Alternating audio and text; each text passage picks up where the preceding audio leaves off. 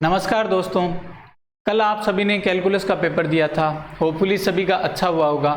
आज हम इस कैलकुलस के पेपर का सॉल्यूशन करेंगे। तो सबसे पहले आपके सामने स्क्रीन पर दिख रहा है 1/x की पावर x का अधिकतम मान है।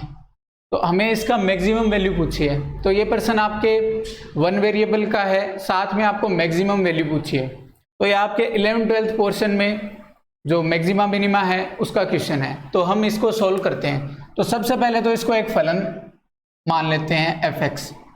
x में दे रखा है तो इसको फलन मान लिया fx। fx बराबर दे रखा है आपको 1/x की पावर x। अब अपने को जब भी मैक्सिमम या मिनिमम वैल्यू पूछे, अधिकतम या न्यूनतम मान पूछे, तो सबसे पहले तो f' निकालते हैं और उसके बाद f' को अपन 0 के बराबर करते हैं। तो इसमें f' को अपन 0 के बराबर करेंगे। तो f' निकालने के लिए यहाँ आपको फलन की घात में फलन दे रखा है। फलन की घात में फलन, फलन की घात में फलन होता है तब हमें एक सूत्र लगाना पड़ता है u की पावर v का अवकलन का। अब इसका सूत्र क्या है कि इसका u की पावर v को तो u की पावर v रहने दो, साथ में कोष्टक में लिखना है v/u du/dx plus v/u du/dx plus log u और dv/dx। इस सूत्र का हम प्रयोग करेंगे। अब इसमें केवल मान रखने हैं u के और v के। तो अपने u का मान दे रखा है 1/x, v का है x, v का मान है x और u का मान है 1/x। अब ये du/dx है, अर्थात इस u का अवकलन, इस 1/x का जो अवकलन आता है वो आता है -1/x²।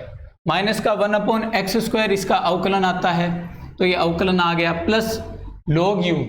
अब log u का जो मान है तो log के अंदर u का मान रखोगे तो u का मान आपके है 1/x।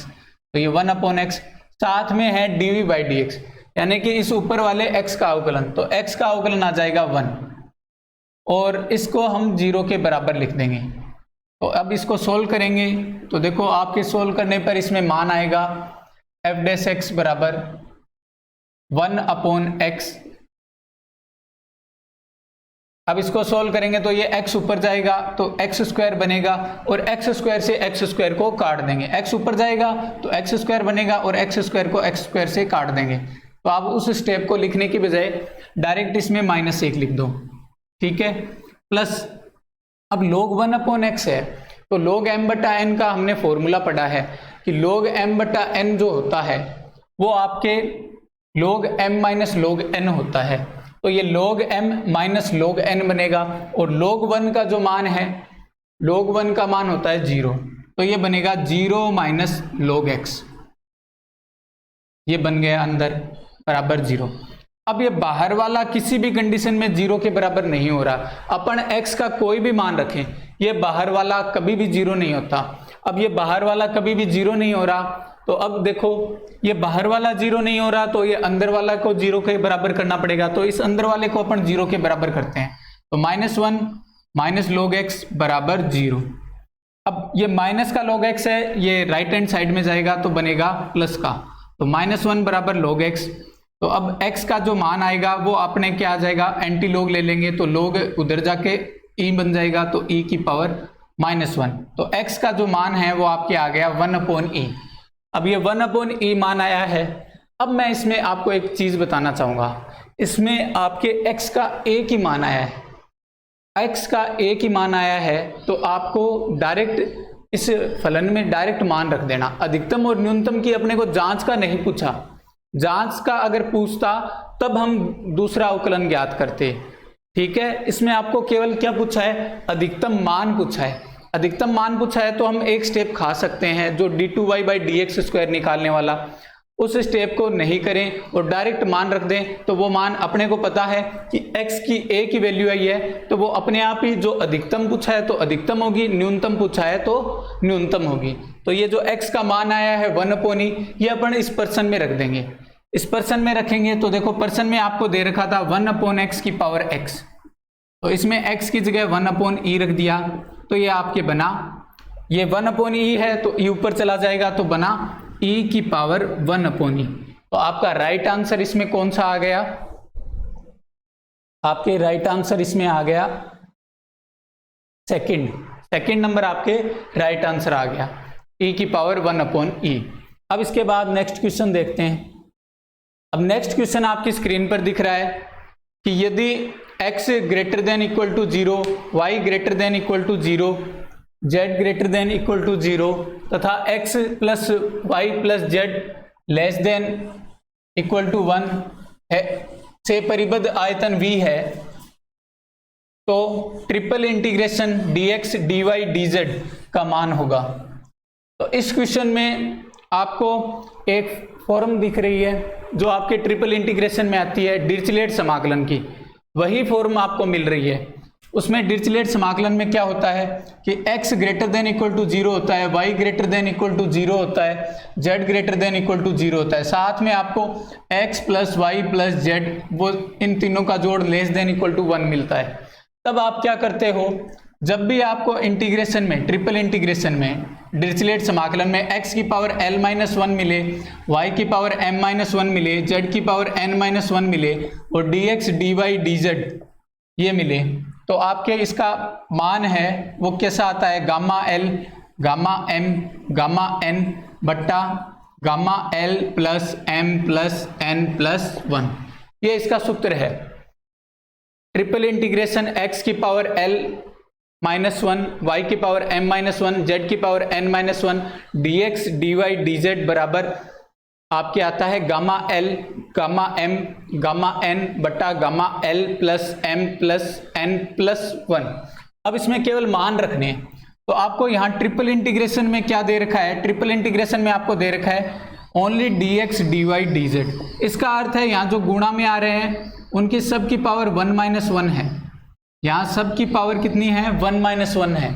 अब 1-1 पावर है तो इसका अर्थ है l का मान भी 1 है, m का मान भी 1 है, n का मान भी 1 है। ये मान रख दोगे तो ये बनेगा गामा 1 गामा 1 गामा 1 बट्टा गामा 1 प्लस 1 प्लस 1 प्लस 1। अब गामा 1 का मान हमने पढ़ा है, गामा 1 का मान 1 होता है, तो ये तो आ गए 1 और नीचे बनेगा गामा के अंदर 4। गामा के अंदर जो 4 होता है वो जब फैक्टोरियल में चेंज होता है तो फैक्टोरियल में 1 कम लिखा जाता है, तो गामा 4 को हम फैक्टोरियल में कैसे लिखेंगे, 3 लिखेंगे। तो ये फैक्टोरियल 3 का मान आता है 6, तो ये आंसर आ जाएगा 1/6। तो इसका आपके जो आंसर आएगा वो आपके आ जाएगा ऑप्शन 3 1/6। ये 1/6 आपके आंसर आ जाएगा। अब इसके बाद अगला तीसरा क्वेश्चन आपकी स्क्रीन पर दिख रहा होगा कि क्षेत्र x, y जहां x² plus y² less than equal to 1 less than equal to x plus Y का क्षेत्रफल है। तो इसमें आपको 2 वक्र दिए हैं, दोनों वक्र, एक तो आपको वर्त दिया है, इसको आप 2 भागों में तोड़ोगे तो देखो आपको 2 क्षेत्र दिख रहे हैं। एक तो दिखेगा आपको x² plus y² less than equal to वर्त 1, तो ये वर्त के अंदर का क्षेत्रफल है, एक तो ये वर्त के अंदर का। और दूसरा आप देखोगे तो ये दूसरा भाग ऐसा दिख रहा है 1 less than equal to x plus Y, यानी कि x प्लस वाई का जोड़ है वो 1 या 1 से बड़ा है। अब 1 या 1 से जोड़ बड़ा आ रहा है, इसका अर्थ है कि आपके एक तो बन रहा है वर्त के अंदर का क्षेत्र, जहां आपको ये मूल बिंदु है, ये 1 0 है, ये 0 1 है और ये है आपके -1,0, ये है 0,-1। ये क्षेत्र है, इसमें ये वाला बिंदु है तो ये x अक्ष पर है, तो x अक्ष पर अपन y का मान 0 रखेंगे तो x के 2 मान आएंगे, तो 1 और -1, तो ये 2 बिंदु आ गए। ऐसे ही y अक्ष पर ज्ञात करेंगे तो x का मान 0 रखेंगे तो आपके आ जाएंगे y के 2 मान 1 और -1, तो ये आपका वर्त है, सिंपल सा वर्त है, सबको आता होगा। अब इसके बाद ये जो है ये आपके एक सरल रेखा है।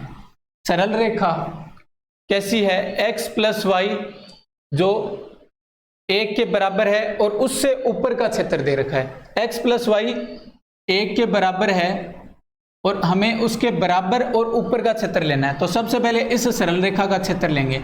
तो इस सरल रेखा पर हम देखेंगे ये x अक्ष पर किसको काट रही है, तो यहाँ y का मान 0 रखेंगे तो आपको मिलेगा x प्लस 0 बराबर 1, यानी कि x बराबर 1, यानी कि ये इस बिंदु से जा रही है। अब ऐसे ही अपन देखेंगे y अक्ष पर, तो y अक्ष पर हम x का मान 0 रखेंगे तो ये आपके जा रही है y बराबर 1 पर, यानी कि इन दो बिंदुओं से जा रही है, और इन दो बिंदुओं से जाती हुई सरल रेखा इस टाइप की है। अब ये सरल रेखा तो आपको मिल गई। अब इस सरल रेखा और इस वर्त के मध्य का क्षेत्र पूछा है। इसमें प्रश्न में आपको देखो यहाँ x square plus Y square less than equal to 1, साथ में दे रखा है less than equal to x plus Y, यानी कि इन दोनों के बीच का क्षेत्र। जब भी आपको ऐसा क्षेत्र दे और दोनों तरफ वक्र दे दे, जैसे यहाँ भी कोई वक्र दे दे, जैसे fx दे दे, यहाँ gx दे दे, और बीच में कोई न्यूट्रल वैल्यू दे दे यानी कि अक्षर दे दे, तो इसका अर्थ है कि यहाँ आपको fx और gx दोनों के मध्य का क्षेत्र पूछा है। दोनों के मध्य का क्षेत्र पूछा है तो आपको इन दोनों के मध्य का ये छायांकित क्षेत्र निकालना है। अब इस छायांकित क्षेत्र को अपन कैसे निकाल सकते हैं, तो जरा ध्यान से सोचो कि ये पूरा क्षेत्र जो छायांकित आ रहा है ये पहले चतुर्थांश में है। तो यदि हम इस पहले चतुर्थांश में इस वर्त का क्षेत्र ज्ञात करें, पहले चतुर्थांश में अगर हम वर्त का क्षेत्र ज्ञात करें और इस वर्त के क्षेत्र में अगर हम इस त्रिभुज का, मैं इस त्रिभुज को नाम दे देता हूं OAB, इस वर्त के पहले चतुर्थांश के क्षेत्र में इस त्रिभुज का क्षेत्र का भाग घटा दें, इस चतुर्थांश के क्षेत्र में से इस त्रिभुज का क्षेत्र घटा दें तो आपके इस जो छायांकित भाग है इसका क्षेत्र आ जाएगा। तो आपको लिखना होगा इसमें वर्त का प्रथम चतुर्थांश में क्षेत्रफल, वर्त का प्रथम चतुर्थांश में क्षेत्रफल। तो अब वर्त का पहले चतुर्थांश में क्षेत्रफल कैसे ज्ञात करेंगे, अपन पूरे वर्त का जो क्षेत्रफल है उसका चौथा भाग कर देंगे। चतुर्थांश में ज्ञात करना है तो चौथा भाग कर देंगे। अब वर्त आपको दे रखा है इकाई त्रिज्या का, इकाई त्रिज्या का। अब इकाई त्रिज्या का है तो इसका पूरा क्षेत्रफल तो आता है π1 स्क्वायर। अब चतुर्थांश में ज्ञात करना है तो इसका भाग दे देंगे 4 का, तो ये आपका पहले चतुर्थांश का क्षेत्रफल आ जाएगा π/4। ये तो आ गया वर्त का पहले चतुर्थांश का। अब इसमें से अपन ये त्रिभुज का जो क्षेत्रफल है ये घटाएंगे। अब ये त्रिभुज आपको पता है समकोण त्रिभुज बन रहा है। समकोण त्रिभुज कैसे बन रहा है, क्योंकि ये x अक्ष है और y अक्ष है, और x अक्ष और y अक्ष हमेशा लंबवत होती है, तो ये 90 डिग्री कोण बन रहा है। 90 डिग्री कोण किसी त्रिभुज में बनता है तो वो कैसा बनता है, समकोण त्रिभुज बनता है। तो ये आपके समकोण त्रिभुज है, समकोण त्रिभुज आ गया। अब इसके अंदर अपने को त्रिभुज का क्षेत्रफल ज्ञात करना है, तो त्रिभुज AOB का क्षेत्रफल। अब त्रिभुज AOB का क्षेत्रफल क्या आएगा, 1/2 गुणा आधार गुणा ऊंचाई, आधार गुणा ऊंचाई। अब 1/2 तो आ गया, आधार कितना है, ये दूरी OB जो दूरी है वो आपके है 1, और जो ऊंचाई है वो भी आपके कितनी है 1। 0 से लेके 0 की दूरी कितनी है 1 इकाई, और ये भी कितनी है 1 इकाई। तो ये आ गए 1 × 1, तो ये आ गया 1/2। अब छायांकित भाग का अपने को क्षेत्रफल चाहिए, तो छायांकित भाग के क्षेत्रफल के लिए अपन क्या करेंगे, इस वर्त के चतुर्थांश के क्षेत्रफल में से यानी कि π/4 में से इस त्रिभुज का क्षेत्रफल घटा देंगे। इस वर्त के जो चतुर्थांश का क्षेत्रफल है उसमें से इस त्रिभुज का क्षेत्रफल घटा देंगे, तो अपना कौन सा क्षेत्र आ जाएगा, ये छायांकित भाग वाला। तो π/4 में से 1/2 घटा देंगे, तो ये अपना राइट आंसर है। अब इसके बाद अगले क्वेश्चन की ओर बढ़ते हैं।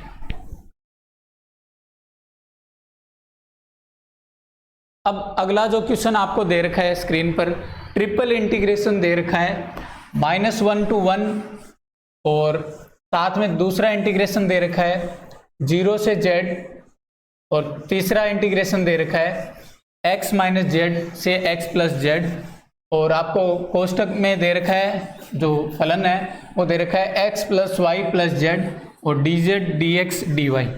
इसका आपको ट्रिपल इंटीग्रेशन करना है।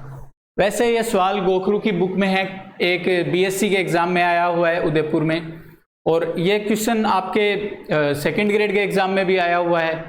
तो इस क्वेश्चन में सबसे पहले तो आपको जो इंटीग्रेशन है वो आपको किनका करना होगा। यहां आपको इंटीग्रेशन का पता दो चीजों से चलता है, एक तो लिमिट से और एक जो लास्ट में आपको ये अवकलज दिए होते हैं इनसे। तो सबसे पहले तो आप देखोगे कि आपको इसमें लिमिट कैसे दी है। जैसे ये अंदर वाली जो लिमिट दी है ये x और z में दी है, तो इसका अर्थ है y के सापेक्ष होगा।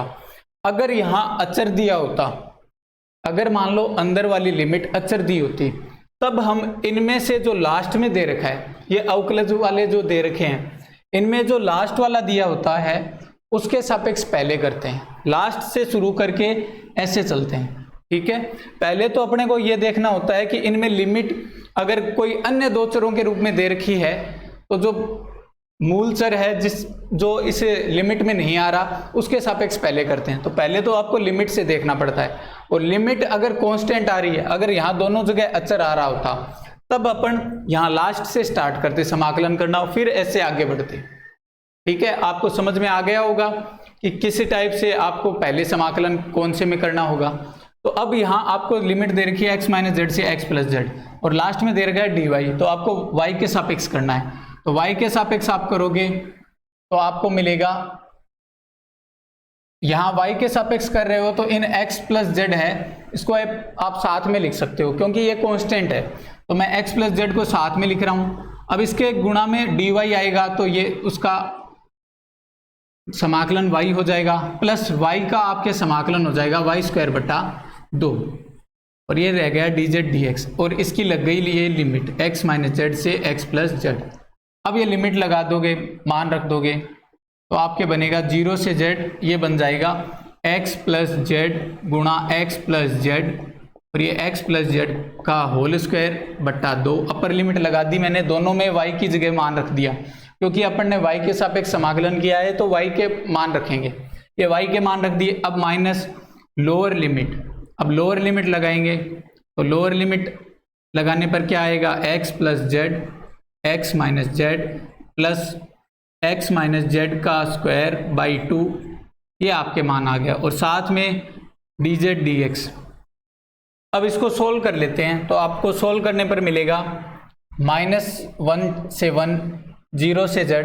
अब ये दोनों जुड़ रहे हैं तो इनको जोड़ोगे तो ये एक x प्लस जेड का whole square plus x plus Z का होल स्क्वायर बटा 2, तो दोनों जुड़ के हो गए 3 बटा 2 x प्लस जेड का होल स्क्वायर, माइनस ये a plus B A minus B का फॉर्मूला बन रहा है, तो ये बनेगा x square minus Z square, और साथ में क्या आ रहा है x माइनस जेड का स्क्वायर बट्टे में 2। ये आपके सोल्व करने पर बना। अब हमें इसका, ये z में लिमिट दे रखी है इंटीग्रेशन में, इसका अर्थ है हमें x के सापेक्ष समाकलन करना है। तो x के सापेक्ष समाकलन करेंगे तो आपके बनेगा, ये x स्क्वायर टाइप बन रहा है, तो x स्क्वायर का आपके होता है 3 बटा 2 x प्लस जेड की क्यूब बटा 3, और साथ में अचर है तो उसका कोई फर्क नहीं पड़ेगा, तो x प्लस जेड की क्यूब बटा 3, इसको पूरे x की तरह मान लिया, तो ये x प्लस जेड की क्यूब बटा 3। अब माइनस x स्क्वायर का हो जाएगा तो x क्यूब बाई 3, और इस z स्क्वायर का आ जाएगा x square x Z square, और इसका वापस करेंगे तो x माइनस जेड स्क्वायर का हो जाएगा x माइनस जेड की क्यूब बट्टे में 3, और ये इंटू में ये वाला 2, ये वाला 2, ये आ गया। अब इसकी लिमिट लग जाएगी 0 से z, तो ये लिमिट लग गई 0 से z। अब इसमें ये लिमिट पुट कर देंगे, तो लोअर लिमिट की जगह पहले अपर लिमिट पर पुट करेंगे, तो देखो अपर लिमिट आ जाएगी आपके -1 से 1, 3/2। अब x की जगह z लिखोगे तो ये बनेगा z प्लस जेड की क्यूब बटा 3 माइनस जेड की क्यूब बटा 3 माइनस ये z into Z square, z into Z square कितना हो गया जेड क्यूब, प्लस यहाँ z पुट करोगे तो z माइनस जेड 0 बन जाएगा, तो ये 0।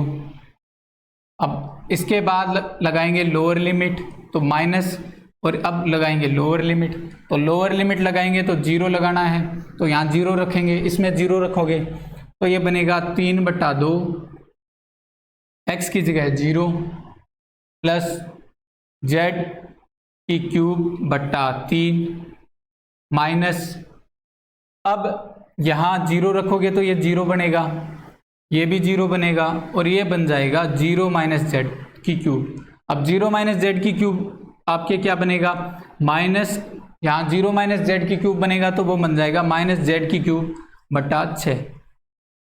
ये आपके 16 के बनेगा।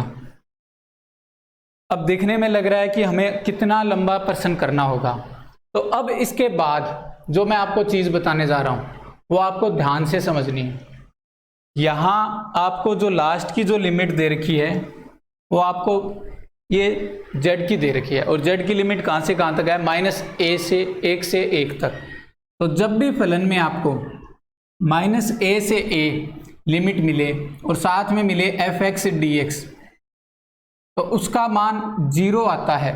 ये प्रॉपर्टीज है कब, जब f माइनस एक्स बराबर आए माइनस fx के, अर्थात fx जो है वो आपका विषम फलन हो तो माइनस a से a fx dx का मान 0 आता है।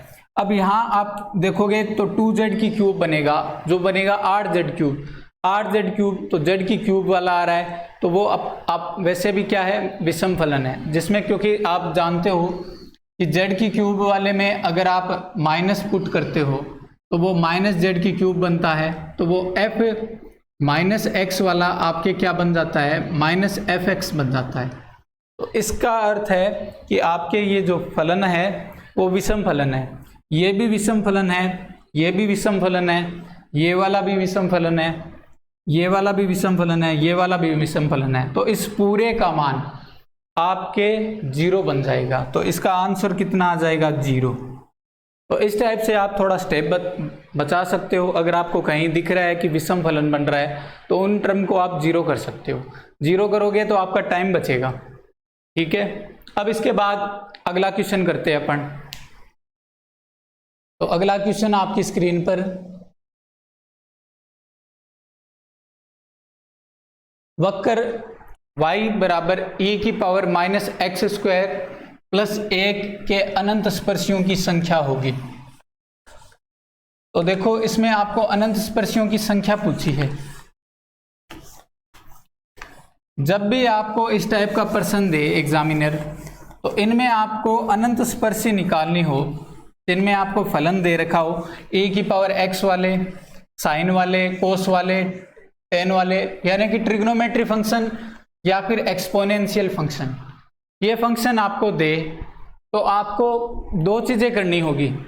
एक तो आपको y टेंस टू अनंत रख के देखना होगा कि आपके कोई वक्र बन रहा है जो आपके परिभाषित आ रहा है, उस टाइप का कोई अनंत स्पर्शी बन रही है, या फिर आपको रख के देखना होगा x टेंस टू अनंत। ये 2 आप अगर लिमिट रख के देखते हो और आपके पास कोई परिमित रेखा आ जाती है, कोई फाइनाइट लाइन आ जाती है, तो आपके वो कैसी हो जाएगी, अनंत स्पर्शी हो जाएगी। तो हम इसमें क्या करेंगे, y बराबर e की power minus x square plus 1 है, इसमें लिमिट रख के देखेंगे x टेंस टू अनंत। तो ये लिमिट रखते हैं अपन, तो ये लिमिट रखेंगे तो आपको क्या मिलेगा,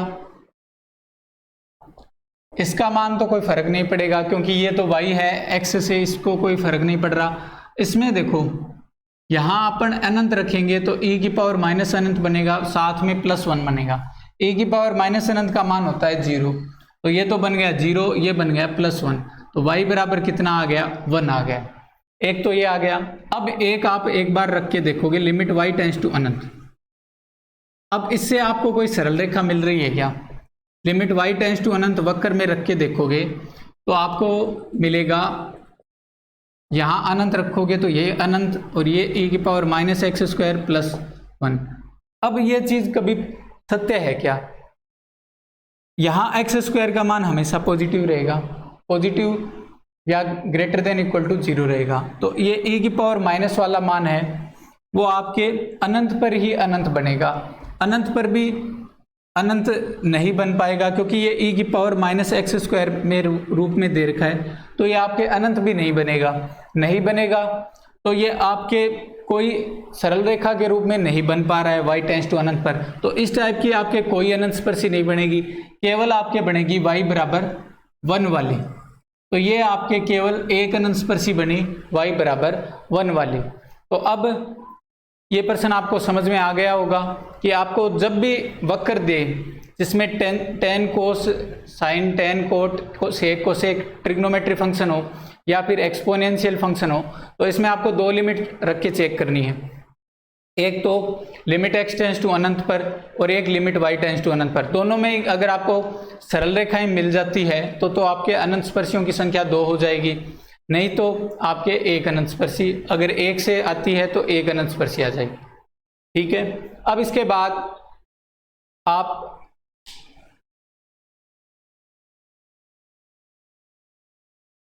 आगे जो प्रश्न है उसको करते हैं। तो अगला जो प्रश्न है वो आपके सामने स्क्रीन पर है।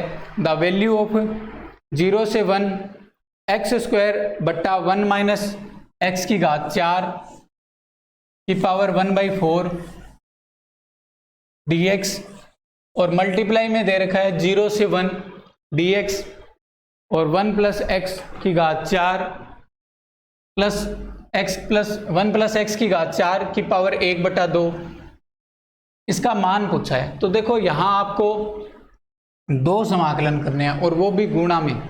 इस टाइप का आपके अभी तक एग्जाम में कोई क्वेश्चन नहीं आया। ये बनारस हिंदू यूनिवर्सिटी में आया हुआ है 2012 में। तो अपन इस क्वेश्चन को सोल्व करेंगे। तो इसमें आपको सबसे पहले तो दे रखा है 0 से 1 एक्स स्क्वायर बट्टा 1 माइनस एक्स की घात 4 की पावर 1/4 dx और मल्टीप्लाई में दे रखा है 0 से 1 dx 1 प्लस एक्स की घात 4 की पावर 1/2।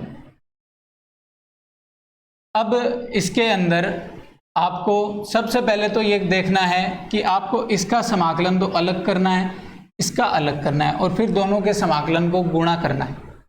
तो पहले इसका समाकलन देख लेते हैं। तो ये आपके है 0 से 1 एक्स स्क्वायर dx बट्टा 1 माइनस एक्स की घात 4 की पावर 1/4 dx। अब इसमें आपको एक सूत्र दिख रहा होगा x की पावर m-1 और मल्टीप्लाई में 1 माइनस एक्स की पावर n-1 टाइप। तो आपको इसको सबसे पहले तो मानना होगा t मानना होगा, क्योंकि ये नीचे 1 माइनस एक्स के रूप में आ रहा है। तो आपको ये इसकी जगह t मानना पड़ेगा। अपने को ये सूत्र दिख रहा है इसके जैसा, इसके जैसा दिख रहा है तो इसके जैसा ही बनाना पड़ेगा। तो यहाँ x4 की जगह आपको मानना पड़ेगा x मानना पड़ेगा। तो x की पावर 4 को हम मान लेते हैं t मान लेते हैं, दूसरा चर मानेंगे तो t माना। अब t माना तो अब इसका क्या करेंगे, अवकलन करेंगे। तो ये बनेगा 4x³ dx बराबर dt। अब इससे आपके dx का जो मान है वो आ जाएगा dt/4 और x की क्यूब, और x का जो मान है वो आप t के रूप में ऐसे लिख सकते हो 1/4। तो ये x³ है तो ये हो जाएगा t की पावर 3/4। ये तो मान आ गया आपके dx का। ये सारे मान इसमें पुट कर दोगे तो ये बनेगा 0 से 1 x की पावर 2 है तो उसकी जगह t की पावर 1/4 करेंगे तो ये बनेगा 2/4 बट्टा 1 माइनस t की पावर 1/4 और ये dt/4 t की पावर 3/4। अब इसको थोड़ा ऊपर जाकर सोल्व कर लेंगे तो ये बनेगा 0 से 1 t की पावर -1/4 1 माइनस t की पावर -1/4 dt। अब इसमें ये बन जाएगा 1/4 3/4 -1 और ये बन जाएगा 1 माइनस t 3/4 -1। तो ये आपके बन गया बीटा 3/4 और 3/4। ये तो मान आ गया आपके इससे पहले वाले का। ठीक है, तो ये तो बन गया आपकी गामा 3/4 बट्टा गामा 3/4 प्लस 3/4। ये तो मान बन गया इसका पहले वाले समाकलन का। अब अगले वाले समाकलन का करते हैं। तो इसमें अगला इंटीग्रेशन सोल्व करते हैं 0 से 1 dx 1 प्लस एक्स की पावर 4 1/2। तो इसमें आपको रूप किसी भी प्रकार का नहीं मिल रहा है। तो इसमें आपको सबसे पहले तो बट्टे वाले में कुछ बनाना पड़ेगा, तो x की घात 2 को अपन tan थीटा मान लेते हैं। x की घात 2 को मैं मान लेता हूं tan थीटा। तो tan थीटा मानेंगे इसमें, तो लिमिट है जो चेंज हो जाएगी। x की जगह 0 रखेंगे तो tan थीटा बराबर 0 और थीटा बराबर 0 आ जाएगा। और 1 रखेंगे तो उस पर आपके 1 का स्क्वायर 1 आएगा और उससे tan थीटा का मान 1 π/4 पर आता है, तो थीटा का मान π/4 आ जाएगा। तो ये लिमिट चेंज हो जाएगी, तो लिमिट बन जाएगी आपके 0 से π/4। अब यहाँ एक्स स्क्वायर की जगह tan थीटा रखा है, तो x बराबर आएगा रूट tan थीटा और dx का मान आएगा आपके रूट x का जो अवकलन होता है वो होता है 1/2 रूट x, तो 1/2 रूट tan थीटा और tan थीटा का होता है sec स्क्वायर थीटा, तो ये sec square theta d theta. ये मान इसमें प्रतिस्थापित कर दोगे तो dx की जगह तो लिखना पड़ेगा 1/2 root tan theta into sec square theta D theta और एक्स स्क्वायर की जगह रखना होगा tan थीटा। तो ये नीचे तो बन जाएगा 1 + tan स्क्वायर थीटा की पावर 1/2 और मल्टीप्लाई में बनेगा dx में 1/2 tan theta sec square theta D theta. तो ये बन गया 0 से π/4। 1 + tan स्क्वायर थीटा होता है sec square theta, sec square theta का वर्गमूल है तो ये बनेगा सेक थीटा, तो ये सेक थीटा ऊपर सेक स्क्वायर थीटा और डी थीटा बट्टे में है 2 √tan थीटा। सेक थीटा से सेक स्क्वायर थीटा का स्क्वायर कट गया तो ऊपर सेक रह गया। अब इसको साइन कोस में चेंज करेंगे और 2 बाहर लिख दिया, तो ये तो बन जाएगा 1/cos। सेक थीटा तो बन गया 1/cos, √tan थीटा बनेगा √sin थीटा √cos थीटा।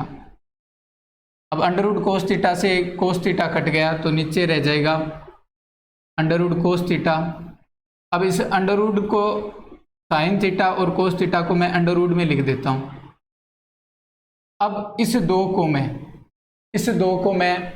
√2 गुणा √2 लिख दूंगा और √2 को मैं इसके अंदर ले आता हूँ, तो ये बन गया sin 2 थीटा का फॉर्मूला।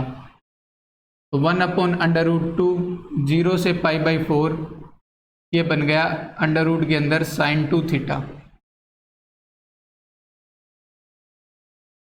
अब इस टाइप का भी हमारे पास कोई फॉर्मूला नहीं है, तो अपन इस एंगल को जो 0 से π/4 लिमिट है इसको अपन मानक रूप में बदलेंगे। मानक रूप में बदलने का अर्थ है कि इसमें जो लिमिट है वो 0 से π/2 बनाएंगे। अब π/2 का अर्थ है दुगनी करनी है, लिमिट दुगनी करनी है तो हम इस 2 थीटा को t मानेंगे।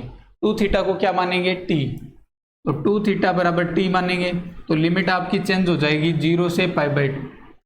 थीटा बराबर 0 पर t बराबर 0 और थीटा बराबर π/4 पर t बराबर π/2। तो थीटा बराबर 0 पर t बराबर 0 और थीटा बराबर π/4 पर t बराबर π/2। तो ये आपके लिमिट चेंज हो गई 0 से π/2 और ये √ के अंदर sin t बन गया। और इससे जब इंटीग्रेशन करेंगे, अवकलन करेंगे तो 2d थीटा बराबर आएगा dt। अब 2 d थीटा बराबर dt आया है तो इससे d थीटा का मान आ जाएगा dt/2, ये मान रख देंगे। तो 1/√sin t dt/2।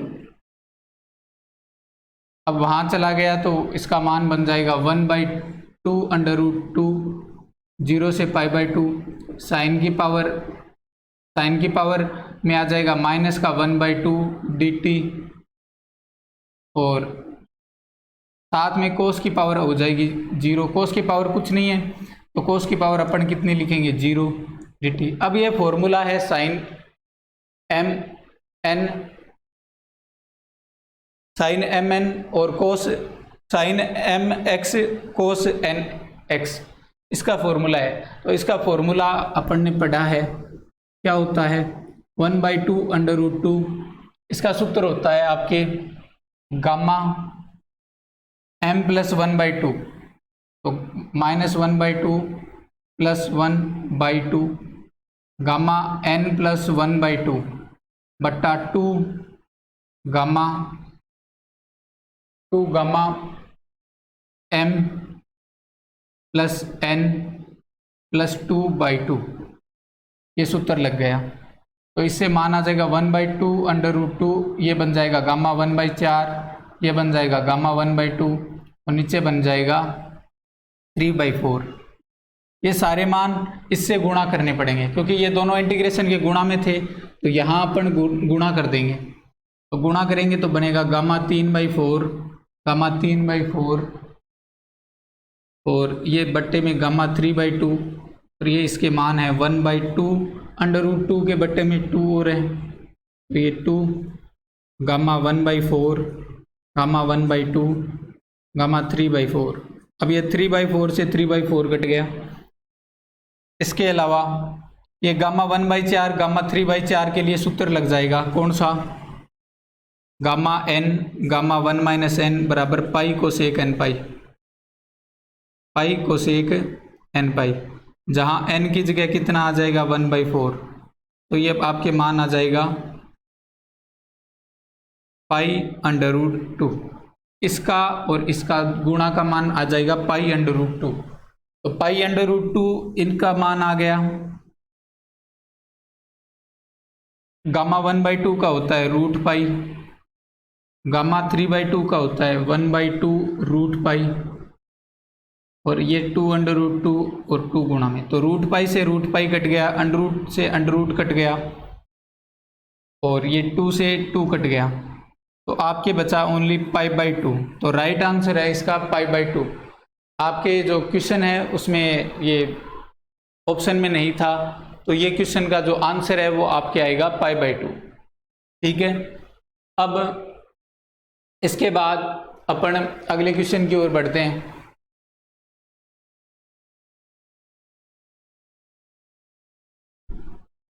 अगला क्वेश्चन आपको दे रखा था कि if the triple integral over the region bounded by the planes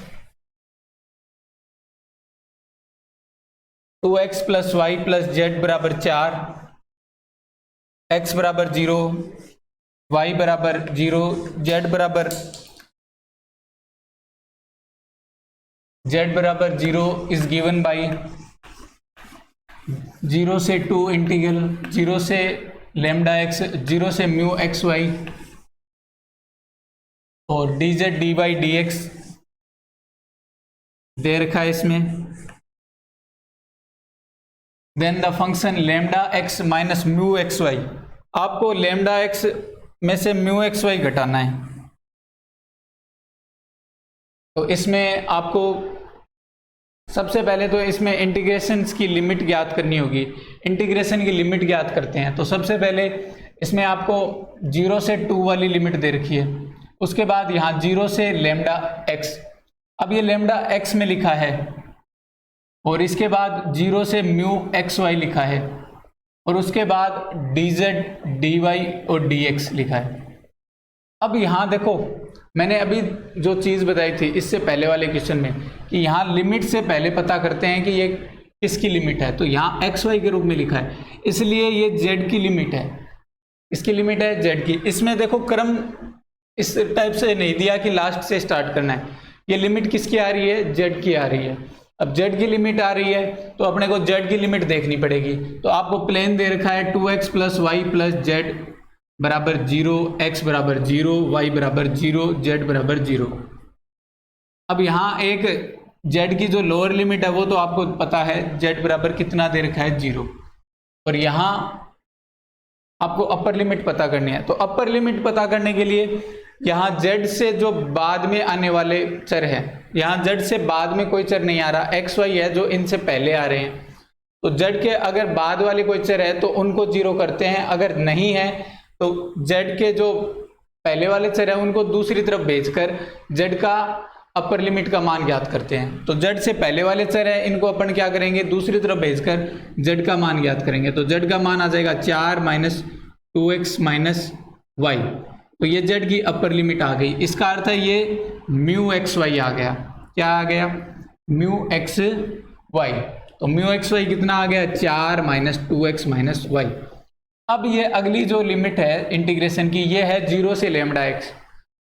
अब x के रूप में दे रखा है, इसका अर्थ है ये लिमिट है y की लिमिट है। अब इसमें से y की लिमिट अपर लिमिट ज्ञात करने के लिए, क्योंकि लोअर लिमिट तो आपको दे रखी है y बराबर 0, अपर लिमिट ज्ञात करने के लिए इस जो समतल है इससे ज्ञात करोगे। तो y के जो बाद वाले चर हैं उनको 0 के बराबर करोगे, तो y के बाद वाले चर हैं उनको 0 के बराबर करोगे। तो y के बाद आपके कौन सा चर आ रहा है, z आ रहा है, तो z को 0 के बराबर कर दोगे इस समतल में, तो आपके बनेगा 2x प्लस y की जगह 0, सॉरी y प्लस z की जगह 0 बराबर 4। तो इससे y का मान आ जाएगा 4 माइनस 2x। ये आपके लिमिट आ गई y की लिमिट है, इसका अर्थ है ये कौन सा मान है, लैम्डा x का मान है। अब आपको करना क्या है, लैम्डा x में से घटाना है म्यू एक्स वाई, तो मान रख दो। लैम्डा x का मान तो आया है 4 माइनस 2x और म्यू एक्स वाई का मान है 4 माइनस 2x माइनस वाई। तो यहाँ घटेंगे तो 4 से 4 कट गया, 2x से 2x कट जाएगा और ये माइनस माइनस प्लस का y बचेगा, तो आपका राइट आंसर आ जाएगा y। इस टाइप से आप ऐसे प्रश्नों के कर सकते हो। अब ये IIT JEM में आया हुआ क्वेश्चन है, इतना कोई लेवल हाई नहीं है, बस नॉर्मल चीज़ पूछी है, तो आप इनको आसानी से कर सकते हो। अब इसके बाद अगला,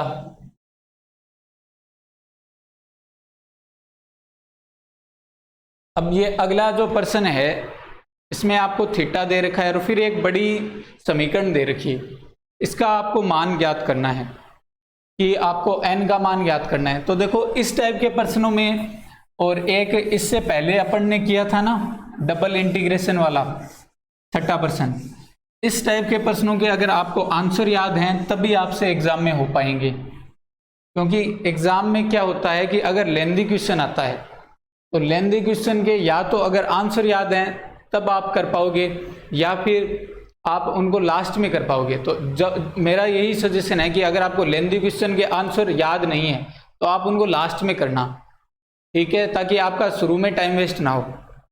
अगर लास्ट में टाइम बचता है तो आप उनको लास्ट में कर सकते हो। अब इस क्वेश्चन में आपको दे रहे n की वैल्यू फाइंड करनी है, तो n की वैल्यू फाइंड करने के लिए अपने को डेल थीटा बटा डेल टी भी निकालना होगा और डेल थीटा बटा डेल आर भी निकालना होगा।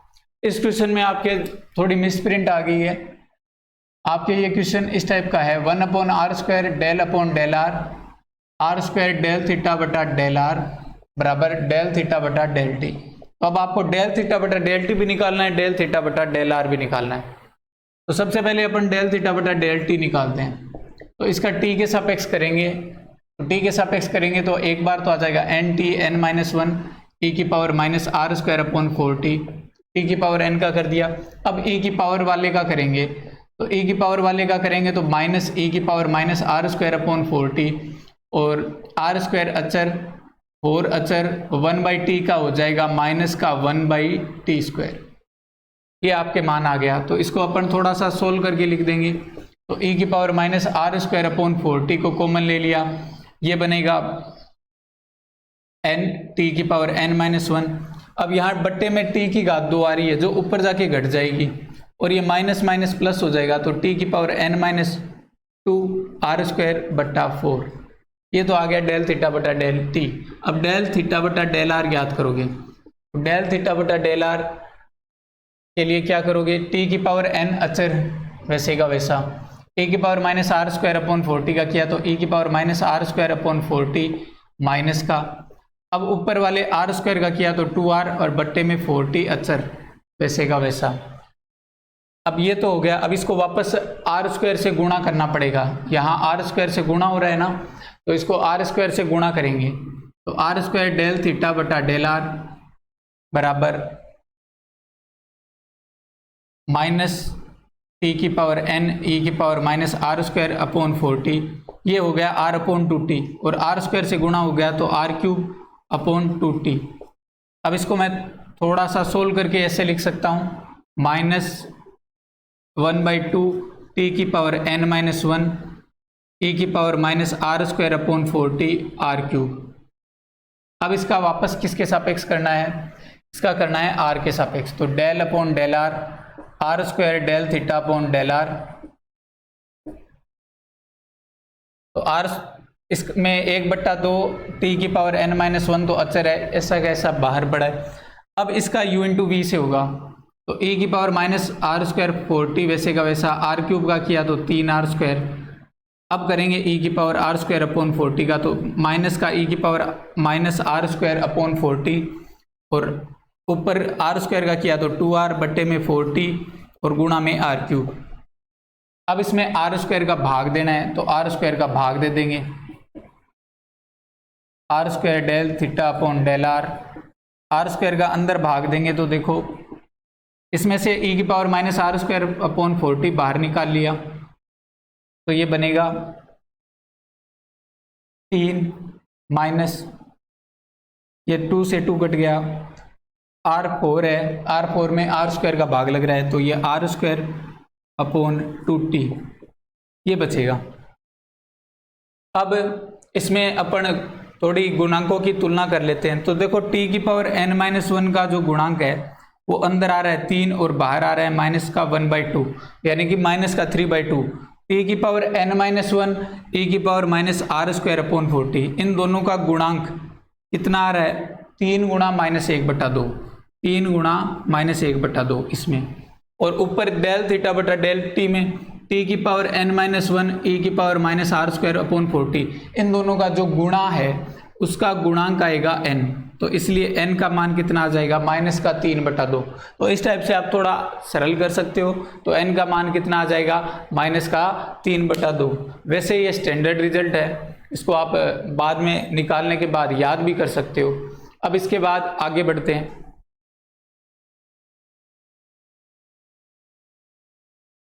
अब इसमें अगले में पूछा है अक्षों के समांतर अनंत स्पर्शी के बारे में पूछा है। तो अक्षों के समांतर अनंत स्पर्शी वक्र आपको दे रखा है x square y square minus y square बराबर 2। अब इसमें अक्षों के समांतर अनंत स्पर्शी कैसे निकालते हैं, अपने को अगर मान लो ये वक्र दे रखा है x square y square minus y square बराबर 2। अब इसमें अगर एक्स अक्ष के समांतर अनंत स्पर्शी निकालनी होती तो अपन x का जो अधिकतम घात का गुणांक है उसको 0 के बराबर करते। तो यहाँ x का अधिकतम घात का जो गुणांक है वो आ रहा है x की पावर 2। अब इसका जो गुणांक है वो आ रहा है वाई स्क्वायर, इसको अपन 0 के बराबर करेंगे, तो वाई स्क्वायर को 0 के बराबर करेंगे तो y का मान आ जाएगा 0। ये आ गई x अक्ष के समांतर अनंत स्पर्शी। अब ऐसे ही y अक्ष के समांतर ज्ञात करेंगे तो y के जो अधिकतम घात के गुणांक है उसको अपन 0 के बराबर करेंगे। अब यहाँ y का अधिकतम घात का जो गुणांक है, यहाँ वाई स्क्वायर मैं कॉमन लेता हूँ तो y की अधिकतम घात है 2 और इसका जो गुणांक है, इसका जो गुणे में जो अंक आ रहा है वो आ रहा है एक्स स्क्वायर माइनस 1। तो एक्स स्क्वायर माइनस 1 को अपन 0 के बराबर करेंगे, एक्स स्क्वायर माइनस 1 को 0 के बराबर करेंगे तो इससे x के 2 मान आएंगे प्लस माइनस 1। तो ये इनका राइट आंसर है, y बराबर 0 और x बराबर प्लस माइनस 1, ये इनके आंसर है। अब इसके बाद अगला क्वेश्चन आपको दे रखा है 0 से a और 0 से under root a square minus x square समाकलन के अंदर है x y d y, x y d x d y. तो अब इसके अंदर देखो पहले इसमें अंदर वाली जो समाकलन की लिमिट है वो आपको दे रखी है x के रूप में दे रखी है, इसलिए इसका जो समाकलन है वो पहले y के सापेक्ष होगा। तो ये बनेगा 0 से a, अब y के सापेक्ष समाकलन करता हूं तो ये बनता है एक्स वाई स्क्वायर बाई 2 और ये 0 से under root a square minus x square और ये आ जाएगा dx। अब इसमें मैं लिमिट रख देता हूं तो ये बनेगा एक्स ए स्क्वायर माइनस एक्स स्क्वायर बट्टा 2 माइनस लोअर लिमिट रखेंगे 0 तो ये 0 dx। अब इसका अपन वापस जैसे क्या करते हैं समाकलन करते हैं तो a square x minus x cube बट्टे में ये 2 dx, इसका वापस x के सापेक्ष समाकलन करेंगे तो ए स्क्वायर एक्स का समाकलन हो जाएगा एक्स स्क्वायर बट्टा 2 और ये बट्टा 2 वाला पहले से x की घात 3 का हो जाएगा x की घात 4/4 और 2 पहले से और 0 से a। अब लिमिट अपर लिमिट ही लगाएंगे, लोअर लिमिट लगाएंगे तो 0 बनेगा। तो अपर लिमिट लगाई तो a² गुणा a²/4 माइनस ये a की घात 4/8, तो ये a की घात 4/4 माइनस a की घात 4/8। अब इसका लघुत्तम लेंगे तो 8 लघुत्तम आएगा, ये आएगा 2a की घात 4 माइनस a की घात 4, तो आ जाएगा आपका आंसर a की घात 4/8। ये आपका आंसर है। तो बड़ा ही आसान क्वेश्चन है। अब इसके बाद आगे 11 नंबर जो क्वेश्चन दे रखा है इसको सोल्व करते हैं।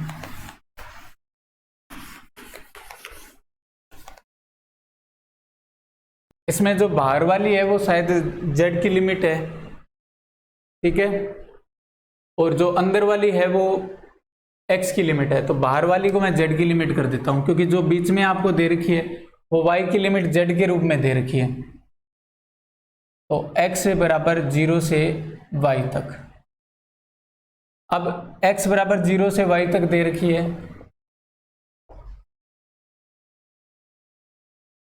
इसका x के सापेक्ष करते हैं।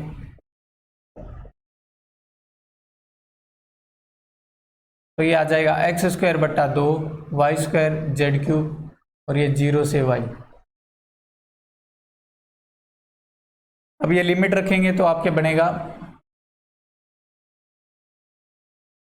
y²/2 y² z³।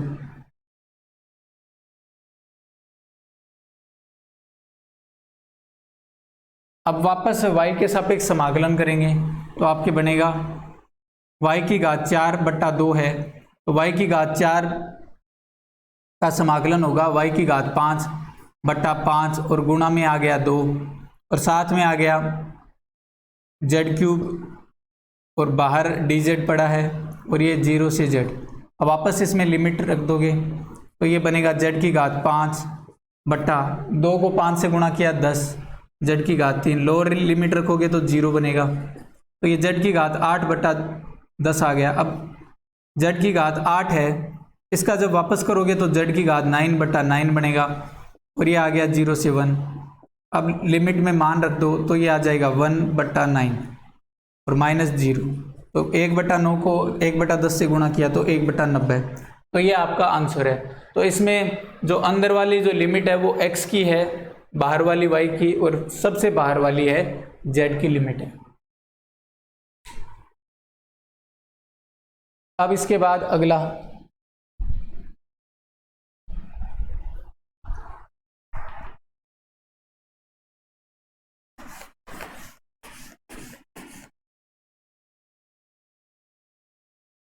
इस क्वेश्चन में हमें इंटीग्रेशन में दे रखा है sin y² dy dx और इंटीग्रेशन की लिमिट दे रखी है x बराबर 0 से x बराबर 1, y बराबर x से y बराबर 1।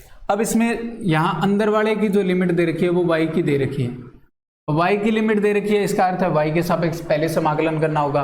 अब यहाँ y के सापेक्ष हम पहले समाकलन नहीं कर सकते। क्यों नहीं कर सकते? क्योंकि अंदर आपको sin y² दे रखा है और sin y² का y के सापेक्ष सीधा समाकलन हमें पता नहीं है कि sin y² का सीधा y के सापेक्ष क्या समाकलन होगा। तो अब हमें लिमिट चेंज करनी होगी। जो आपको x y के रूप में लिमिट दे रखी है उसे आपको चेंज करना होगा y x के रूप में। अब बात आ गई लिमिट चेंज की, तो सबसे पहले तो समझते हैं कि लिमिट चेंज कैसे करते हैं। तो सबसे पहले तो आपको यहाँ x बराबर 0 से 1 दे रखा है, तो इनको आप बढ़ाओगे तो ये आपके निर्देशांक वाला पृष्ठ है, इस पर आपको सबसे पहले तो x बराबर 0 देखना है। x बराबर 0 कहाँ पर होगा? y x पर होगा, तो ये x बराबर 0। x बराबर 1 कहाँ पर होगा? मान लो इतनी दूरी पर है, ये आपके आ गया x बराबर 1 आ गया। अब y बराबर x देखोगे तो ये y बराबर x, ये रेखा इस टाइप से जाएगी, ठीक है, ये y बराबर x आ गया। अब इसके अलावा आपको y बराबर 1 लिखना है, तो देखो y बराबर 1,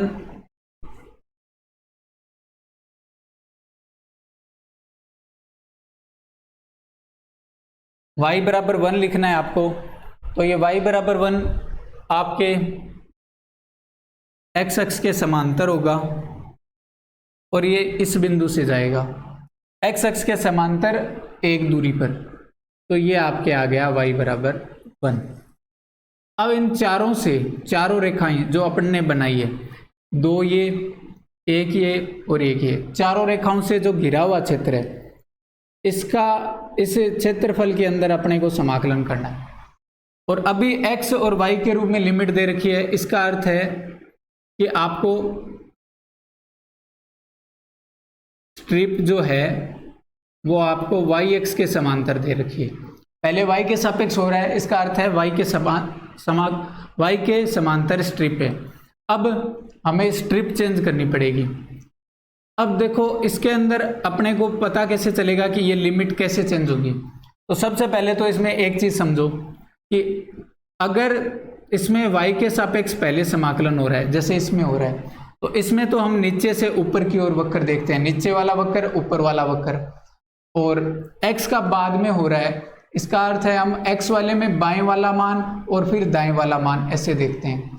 x के लिए तो लिमिट देखने के लिए अपन बाएं वाला मान और दाएं वाला मान देखते हैं, और y का अगर पहले समाकलन हो रहा है जैसा इस पर्सन में हो रहा है, तो y के लिए नीचे वाला वक्र और अपर लिमिट के लिए ऊपर वाला वक्र। अब अगर इसका उल्टा करेंगे,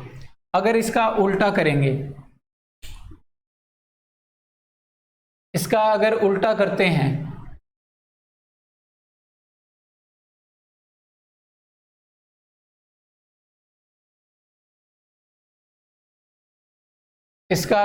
करते हैं, अब इसके लिए अपने को स्ट्रिप चेंज करेंगे, तो ये स्ट्रिप अपने करेंगे x अक्ष के समांतर।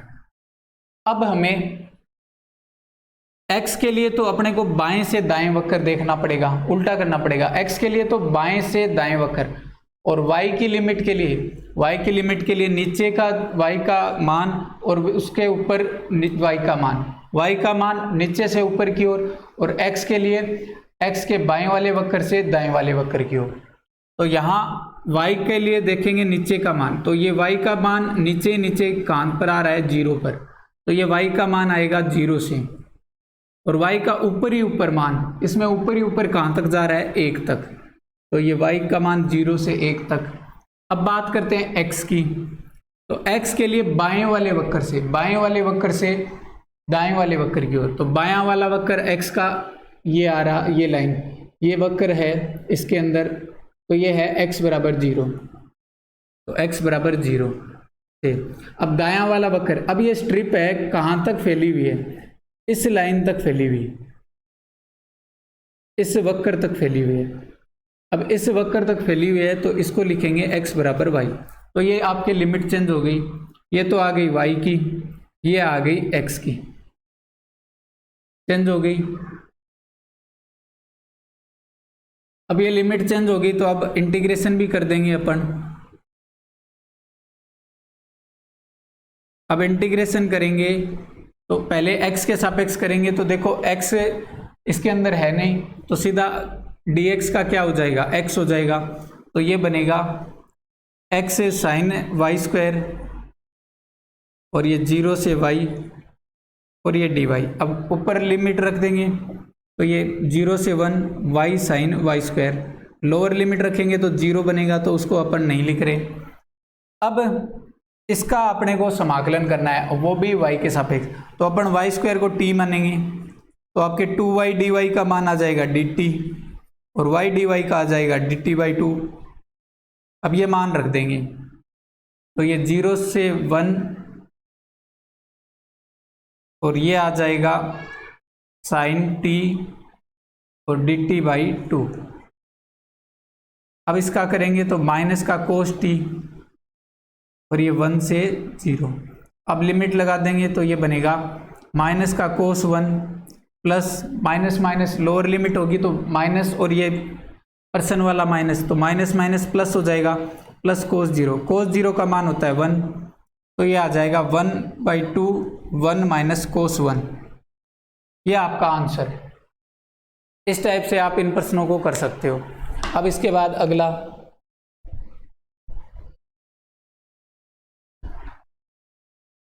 अब अगले प्रश्न में आपको दे रखा है double integration under root x square plus Y square d x d Y,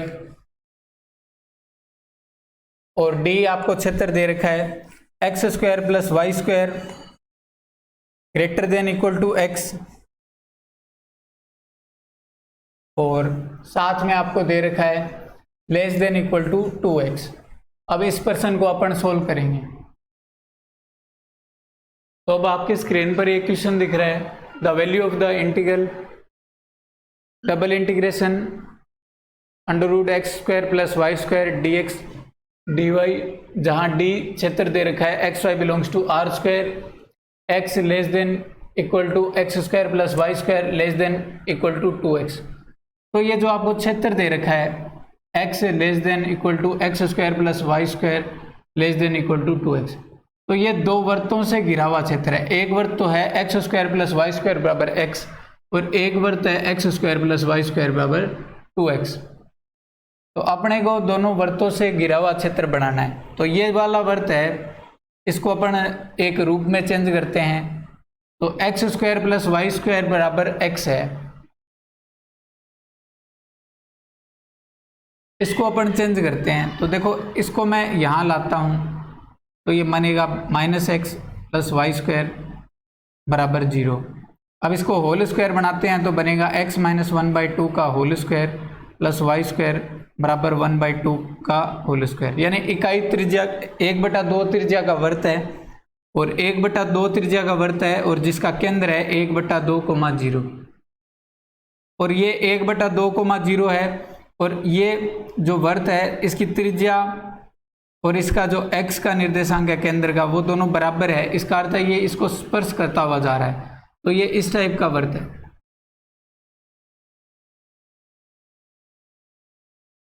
ठीक है, तो ये वृत्त आ गया, ये x माइनस 1/2 का स्क्वायर प्लस वाई स्क्वायर बराबर 1। अब दूसरा वृत्त देखते हैं, तो दूसरा वृत्त है x square plus Y square बराबर 2x, इसमें इस तरफ लाए और बनाया होल स्क्वायर, तो ये बनेगा x माइनस 1 का होल स्क्वायर बराबर 1 का स्क्वायर, यानी 1 0 केंद्र वाला। अब 1 0 केंद्र वाला है, और साथ में ये जा रहा है अपने मूल बिंदु से जा रहा है, मूल बिंदु को संतुष्ट कर रहा है, इसलिए मूल बिंदु से जाता हुआ 1 0 तो यहाँ पर है, और ये मूल बिंदु से जाता हुआ वृत्त है इस टाइप का।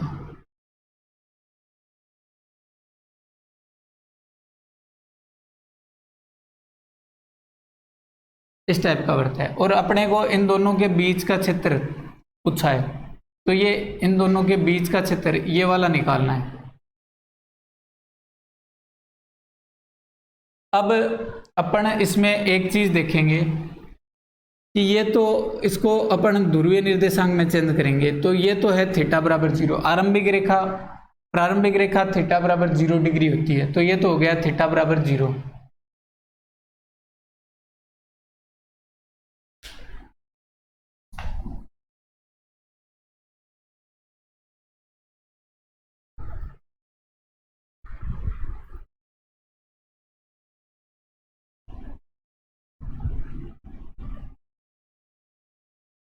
ये तो हो गया आपके थीटा बराबर 0, आरंभिक रेखा को हम थीटा बराबर 0 ही दर्शाते हैं। इसके अलावा इसके बाद ये ऊपर वाली आती है, तो ये आती है थीटा बराबर π/2, नीचे वाली आती है थीटा बराबर माइनस π/2, और ये वाली पाई। अब यहाँ आप अगर ध्यान से देखोगे तो ये जो ऊपर वाला क्षेत्र है जो दोनों वृत्तों के मध्य स्थित है, ये वाला क्षेत्र को अगर हम दुगना कर दें तो हमें पूरा जो छायांकित क्षेत्र है वो मिल जाएगा। इसका अर्थ है अपने को इस ऊपर वाले क्षेत्र को निकाल लें, यहाँ से लेकर यहाँ तक वाले को, तो हमें पूरा क्षेत्र मिल जाएगा। इसका दुगुना कर दें तो हमें पूरा क्षेत्र मिल जाएगा। तो हम ऊपर वाला क्षेत्र निकालते हैं, और वो भी इन दोनों के मध्य का। तो थीटा का तो मान हमें पता चल गया, 0 से π/2 रखना है, 0 से π/2 रखना है। अब बात करते हैं r की। तो r का मान पता करने के लिए इनमें x बराबर r कोस थीटा रखेंगे और y बराबर r साइन थीटा रखेंगे। तो x बराबर आर कोस थीटा और y बराबर आर साइन थीटा रखोगे तो ये बनेगा r बराबर कोस थीटा, और ये वाला क्या बनेगा, x बराबर कोस थीटा y बराबर आर साइन थीटा रखोगे तो r का मान बनेगा 2 कोस थीटा। तो आपके r की लिमिट आ गई, थीटा की लिमिट आ गई। अब इनको जो अपने को इंटीग्रेशन दे रखा है उसको अपने को आर थीटा में चेंज करना है। तो आर थीटा में चेंज करने के लिए x बराबर आर कोस थीटा रखेंगे, y बराबर आर साइन थीटा, और dx dy की जगह रखा जाएगा R D theta D R. तो अपना इंटीग्रेशन चेंज हो जाएगा 0 से π/2 और साथ में r की लिमिट कोस थीटा से 2 कोस थीटा, और वहाँ बन जाएगा r और R D theta D R. तो ये आर स्क्वायर डी आर, इसका आर स्क्वायर का करेंगे समाकलन तो अपने आएगा r³/3, तो r³/3 कोस थीटा से 2 कोस थीटा, और इंटीग्रेशन डी थीटा के सापेक्ष और करना है फिर, तो ये बनेगा 0 से π/2 r³/3, इसमें ऊपर लिमिट रखेंगे तो बनेगा 8 कोस क्यूब थीटा, 1/3 को बाहर लिखा, माइनस लोअर लिमिट लगाएंगे तो कोस क्यूब थीटा, तो ये आ जाएगा 8 cos cube theta minus cos cube theta. 8 cos cube theta minus cos cube theta आपके बनेगा 7 कोस क्यूब थीटा, और ये लिमिट है 0 से π/2, बट्टे में है 3। अब कोस क्यूब थीटा का अपन वाली सूत्र से कर सकते हैं, वाली सूत्र पढ़ा है। वाली सूत्र में क्या करते हैं अपन कि अगर आपको 0 से π/2 के अंदर कोस की या साइन की कुछ भी लिमिट दे, जैसे कोस की पावर n दे, तो आप नीचे n से स्टार्ट करोगे, ऊपर n-1 रखोगे, फिर नीचे n-2, n-3, और लास्ट में जब 1 आ जाएगा तब आप रुक जाओगे। ठीक है, तो यहाँ अपन स्टार्ट करते हैं 7/3, और अगर 1 ऊपर आता है, इसमें एक चीज़ और ध्यान रखना वाली सूत्र में, अगर 1 ऊपर आता है तो आपको गुणा करना है π/2 से। ठीक है, और अगर 1 नीचे बनता है लास्ट में तो आपको π/2 से गुणा नहीं करना। जैसे इसमें देखो 3 नीचे स्टार्ट किया, 2, अब 1 नीचे बन रहा है तो आपको किसी से गुणा नहीं करना, ये आपका आंसर है। तो 7 × 2 कितना आ गया, 14/9। अब ये तो आया है 14/9 आपके ये ऊपर वाले का क्षेत्रफल, इस 0 से π/2 वाले का क्षेत्रफल। हमें चाहिए ऊपर वाले और नीचे वाले दोनों का पूरा छायांकित का, तो ये इसको क्या करना पड़ेगा, दुगना करना पड़ेगा, क्योंकि ये x अक्ष के सापेक्ष सममित है, x अक्ष के सापेक्ष सममित है, तो ये ऊपर वाले क्षेत्रफल को दुगना करना पड़ेगा।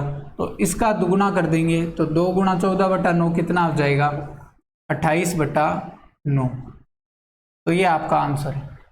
ठीक है, इसके बाद अगले प्रश्न की ओर बढ़ते हैं।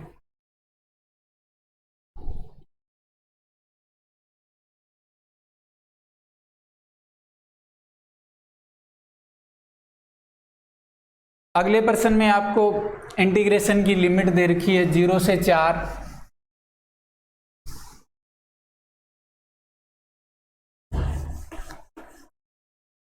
और इसमें आपको y की लिमिट दे रखी है x से 2√x। तो सबसे पहले तो अपन इसमें वक्र ग्राफ बनाएंगे, ग्राफ से पता करेंगे ये लिमिट किस टाइप की है। तो ये मैं इनका ग्राफ बनाता हूं। इसमें जो x का मान है वो 0 से 4 दे रखा है, तो x बराबर ये 0 से x बराबर 4 तक, ये तो x का मान हो गया। अब y का मान y बराबर x से, यानी कि ये y बराबर x से y बराबर 2√x। अब 2√x का अगर मैं स्क्वायर करता हूं तो ये बनता है y² बराबर 4x।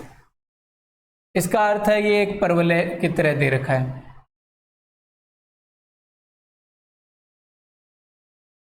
ये परवलय की तरह दे रखा है। अब अपने को इनके बीच का ये क्षेत्र है ये पूछा है, तो अभी स्ट्रिप जो है वो आपके y अक्ष के समांतर है, क्योंकि इसमें पहले y के सापेक्ष हो रहा है फिर x के सापेक्ष। तो अब हमें क्या करना होगा, स्ट्रिप को चेंज करना होगा इस टाइप से। तो अब स्ट्रिप को चेंज करना है, तो स्ट्रिप चेंज करेंगे तो अब क्या देखेंगे कि y का नीचे का मान से ऊपर का मान कितना जा रहा है। तो y का जो नीचे नीचे मान आ रहा है वो y का मान यहाँ तक आ रहा है, यानी कि y बराबर 0 से जा रहा है। और y का ऊपर ही ऊपर मान यहाँ पर y का ऊपर ही ऊपर मान ये 4 पर आ रहा है, क्योंकि यहाँ अगर आप x की जगह 4 रखते हो तो y का मान आपको ऊपर के चतुर्थांश में आपको कितना मिलेगा, 4 मिलेगा। तो ये y का मान 4 तक जा रहा है नीचे से ऊपर की ओर। y का मान अब कैसे देखेंगे, ट्रिप चेंज करेंगे तो नीचे से ऊपर की ओर, तो y का मान 0 से y का मान 4। अब बात करते हैं x के मान की। तो x के लिए बाएं वाले वक्र से दाएं वाले वक्र की ओर, तो x का मान बाएं वाले वक्र में यानी कि इसमें कहां से स्टार्ट हो रहा है, x का मान इधर बाएं वाले वक्र में देखो, यहां ये वाला वक्र आ रहा है, ध्यान से देखना। x का मान इस साइड, ये जो स्ट्रिप है ये किसको छूती हुई जा रही है, इस साइड छूती हुई जा रही है परवलय को। बाएं साइड में किसको छू रही है, बाएं साइड में छू रही है परवलय को, तो परवलय रहेगा। और परवलय को अगर हम x के रूप में चेंज करेंगे तो इसका मान आएगा यहाँ से y²/4। तो y²/4 से अब दाएं साइड में स्ट्रिप किसको छू रही है, इस रेखा को, यानी कि x बराबर y को। तो लिमिट आपके चेंज हो जाएगी 0 से 4 और ये y²/4 से y, और आपके जो इंटीग्रेशन है वो चेंज हो जाएगा fx, y dy dx, ये आपके लिमिट चेंज हो जाएगी। इस टाइप से करना है। इसमें सबसे इम्पोर्टेंट चीज़ है कि आपको जब आप लिमिट चेंज कर रहे हो तो जब जो वक्र वाला है वो तो चेंज हो जाएगा मान में, और मान वाला किस में चेंज हो जाएगा, वक्र में। यहाँ x वाला पहले मान में था तो वो वक्र में चेंज हो गया, वक्र में किस टाइप से चेंज हो गया, y²/4 से x बराबर y तक। और जो वक्र वाला है y वाला मान है वो किस में चेंज हो गया, मान में। ठीक है, इसके बाद अगले क्वेश्चन की ओर बढ़ते हैं।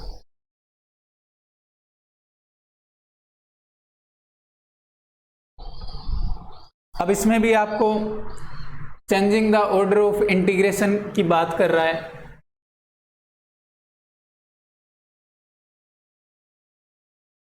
सबसे पहले तो इसका एक ग्राफ बनाते हैं।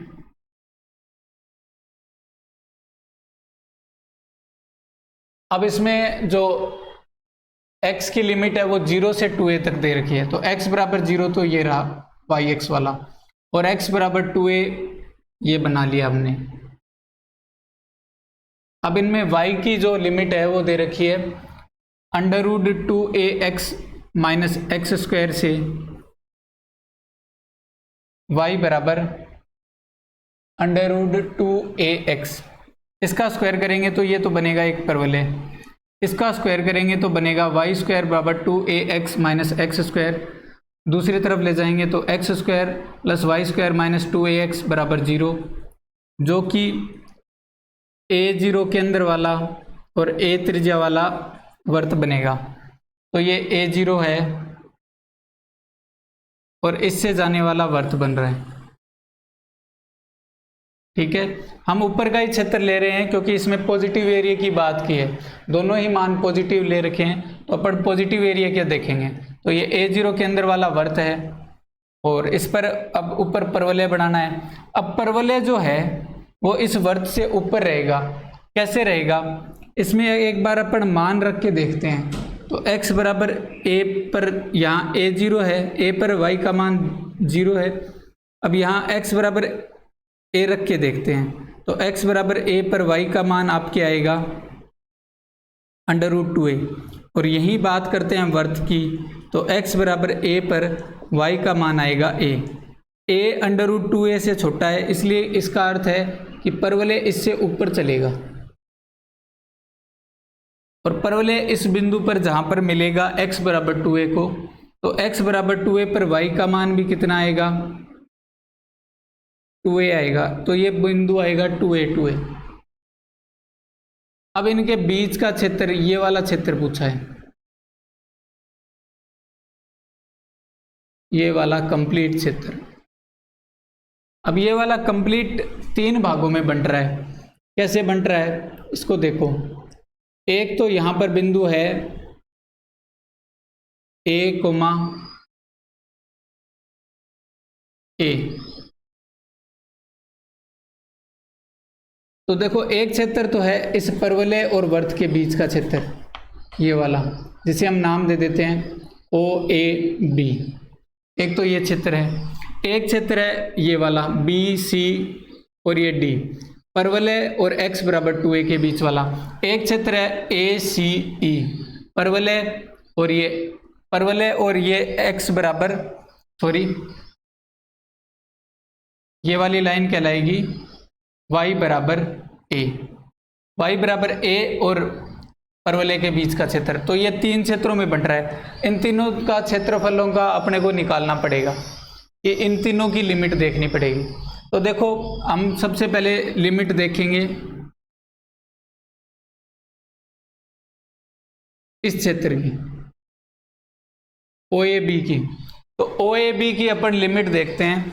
तो OAB की लिमिट कैसे देखोगे, आपको मान देखने पड़ेंगे। मान ऐसे देखने पड़ेंगे इसमें कि यहाँ जो मान आ रहे हैं वो y के मान नीचे कहाँ तक जा रहा है, नीचे 0 तक जा रहा है, और ऊपर y का मान a तक जा रहा है, y का मान a तक जा रहा है। तो y की तो आपके जो बाहर की जो लिमिट है वो तो आ जाएगी 0 से a।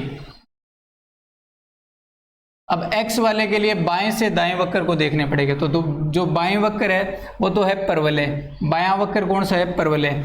और परवलय के लिए x के रूप में मान आएगा y² / 2a के रूप में। तो ये बाएं वाले वक्र के लिए आएगा y² / 2a। और जो दायां वाला वक्र है, दायां वाला वक्र एक वर्त है। ये देखो इस स्ट्रिप के इस वाले सिरे का तो पता कर लिया y² / 2a, इस स्ट्रिप का इस वाला सिरा ये वर्त है। और वर्त के लिए अपन x का मान ज्ञात करेंगे। तो x का मान आपके आएगा, यहां से ज्ञात कर लेते हैं। तो x - a² बराबर है a² - y²। अब वर्गमूल ले लेते हैं। तो x - a बराबर आएगा +√a² - y²।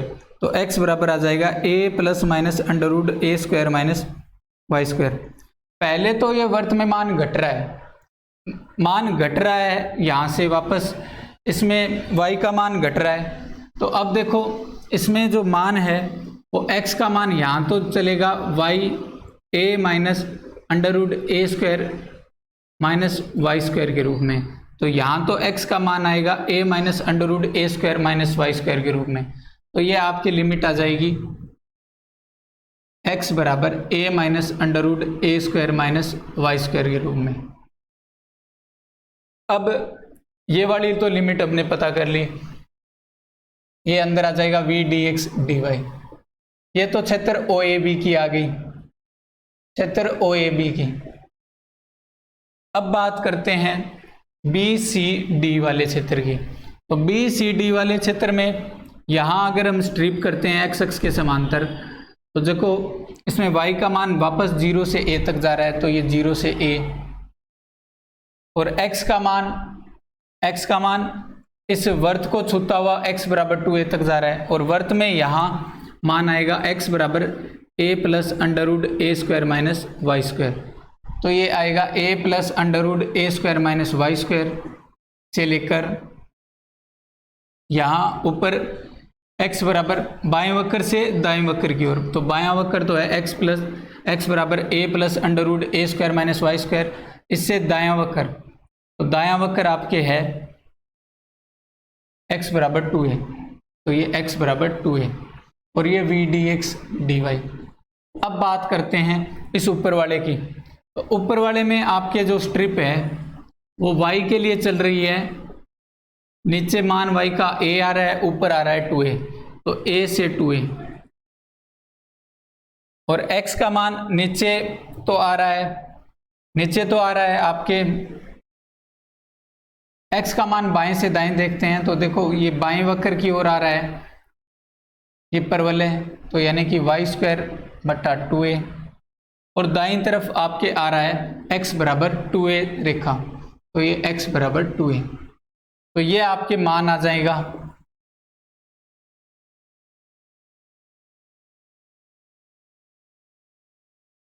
ये आपका आंसर है। ये वैसे किसी ऑप्शन में नहीं था तो ये गलती से आ गया।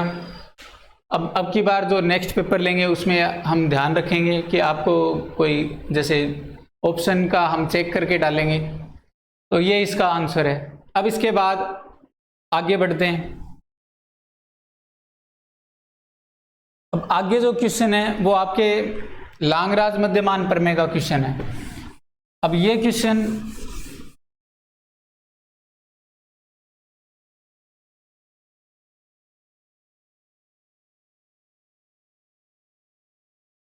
इस क्वेश्चन में आपको दे रखा है if f x plus h बराबर f x plus h f dash x plus h square बटा factorial two f double dash x plus theta h where x f x बराबर x cube plus x then theta. तो यहाँ देखो F x आपको 3 घात का बहुपद दिया है। 3 घात का बहुपद जब भी दे या n घात का बहुपद दे और उसके लिए आपको लांगराज मध्यमान प्रमेय में थीटा का मान पूछे तो थीटा का मान n घात के बहुपद के लिए n घात के बहुपद के लिए 1/n होता है और यहाँ आपको 3 घात का दे रखा है तो आपके थीटा का मान आ जाएगा 1/3। थीटा का मान कितना आ जाएगा 1/3। 3 घात का बहुपद है तो आपके थीटा का मान कितना आ जाएगा 1/3। तो ये सूत्र है कि अगर n घात का बहुपद है तो थीटा का मान आता है 1/n। अब इसके बाद आगे देखते हैं। आगे ये पूछा है कि यदि आर एन बराबर एक्स की पावर एन 1 माइनस थीटा की पावर एन माइनस पी बटा पी गुणा factorial n minus 1 f n theta x जो कि टेलर प्रमेय में प्रसार में है, एन पदों के पश्चात सेक्लोमिच और रोसे वाला शेषफल कहलाता है। पी के किस मान के लिए शेषफल में बदल जाएगा कोसी वाले रूप के शेषफल में। तो पी के आपके मान 1 पर ये कोसी रूप में बदलता है तो इसका आंसर आएगा p बराबर 1। अब p बराबर 1 रखते हो तो ये आपका चेंज हो जाएगा x की पावर n 1 माइनस थीटा की पावर n माइनस 1 बटा फैक्टोरियल n माइनस 1 और एफ एन थीटा एक्स जो कि आपके कोसी रूप का शेषफल है। ठीक है, तो ये इसका आंसर है। अब इसके बाद आगे बढ़ते हैं। अब ये आपके क्वेश्चन है कि आपको इसको बीटा फलन के रूप में लिखना है। एक्सप्रेशन ऑफ 0 से 1 x की पावर m 1 माइनस एक्स की पावर n की पावर p dx को आपको बीटा फंक्शन के रूप में रखना है। तो सबसे पहले तो यहाँ अलग कौन सा दिख रहा है, आपके जो रूप आता है वो इस टाइप का आता है 0 से 1 x की power m minus 1 1 minus x की पावर n माइनस 1 dx। तो यहाँ आपको x की जगह x की पावर n दिख रहा है तो इस x की पावर n को आप t मानोगे और x बराबर बन जाएगा t की पावर 1/n और इसमें अवकलन करोगे तो ये बनेगा dx बराबर 1/n t की पावर 1/n माइनस 1 dt। अब ये मान आप रख दोगे तो ये बनेगा 0 से 1 t की पावर m/n, ये बनेगा 1 माइनस टी की पावर p 1 माइनस टी की पावर p 1/n t की पावर 1/n माइनस 1 dt। अब इसको थोड़ा मानक रूप में चेंज करोगे तो ये 1/n, अब ये दोनों जोड़ में आ जाएंगे तो ये आ जाएगा t की power m plus 1/n minus 1 1 minus T, इसको मैं p को लिख सकता हूँ p प्लस 1 माइनस 1 dt। तो ये आपके बीटा फंक्शन में चेंज हो जाएगा तो ये बन जाएगा बीटा m प्लस 1/n और ये p प्लस 1। ये आपका आंसर है। अब इसके बाद अगला, अब ये क्वेश्चन आपके स्लेट के एग्जाम में आया हुआ है।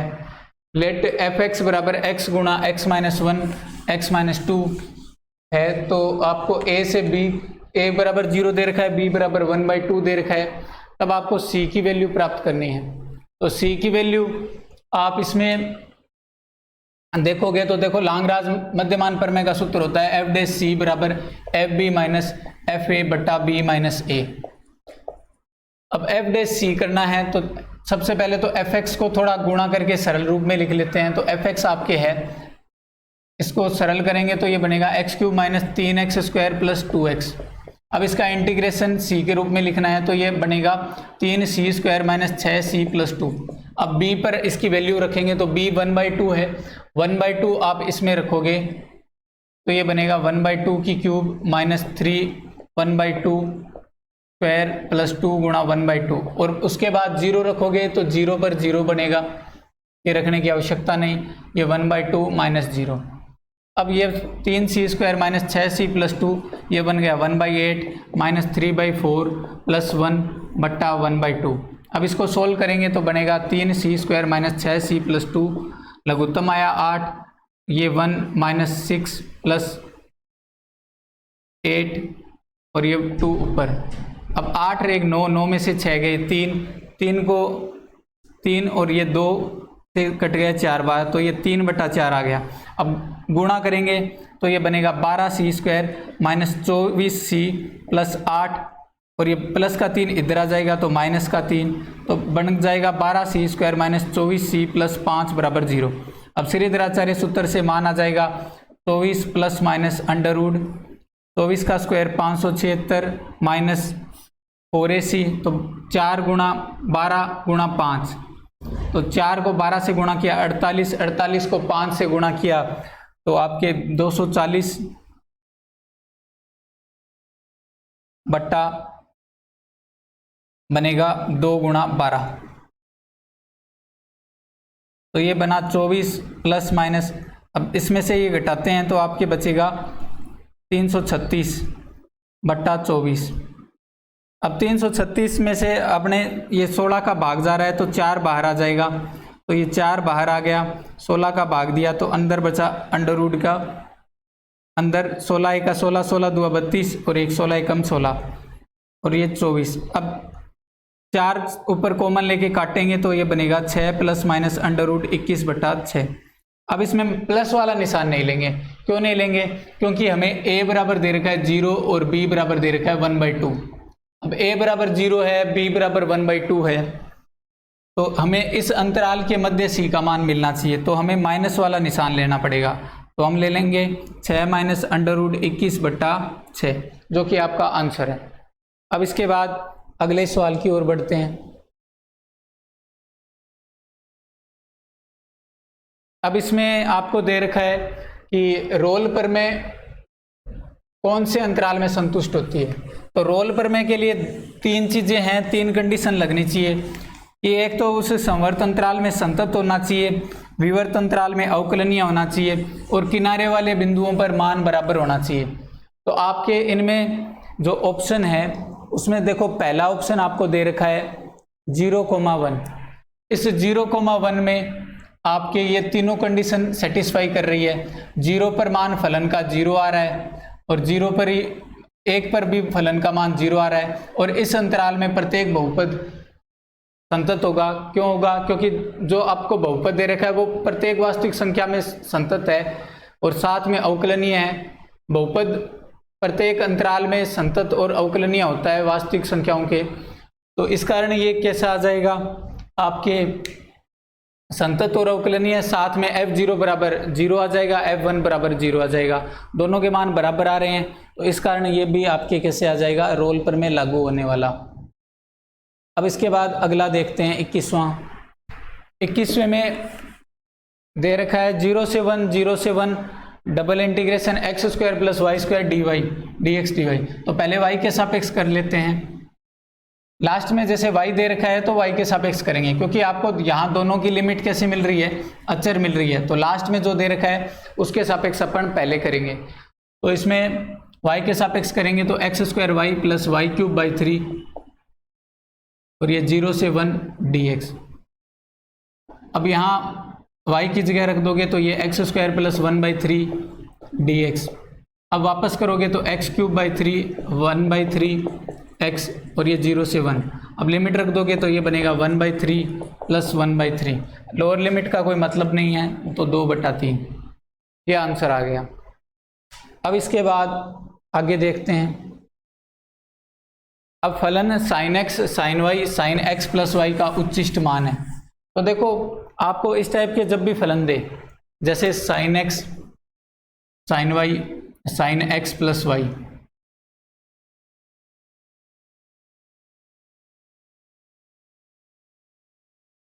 या इस टाइप का दे कि sin x sin y cos x plus y,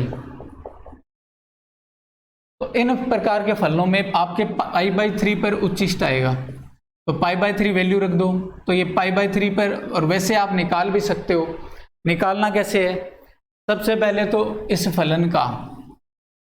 फलन के लिए आप p यानी कि डेल एफ बटा डेल एक्स को 0 के बराबर करोगे, और q यानी कि डेल एफ बटा डेल वाई को 0 के बराबर करोगे।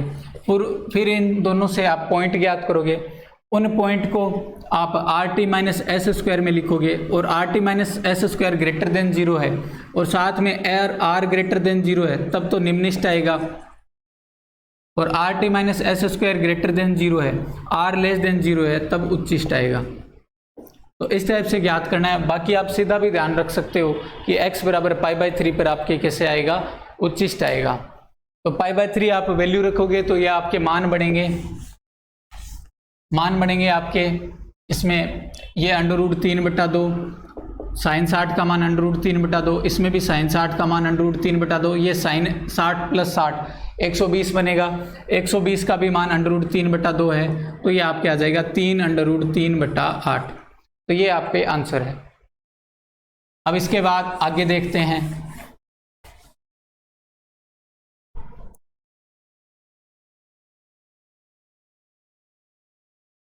आगे है xy + 1/x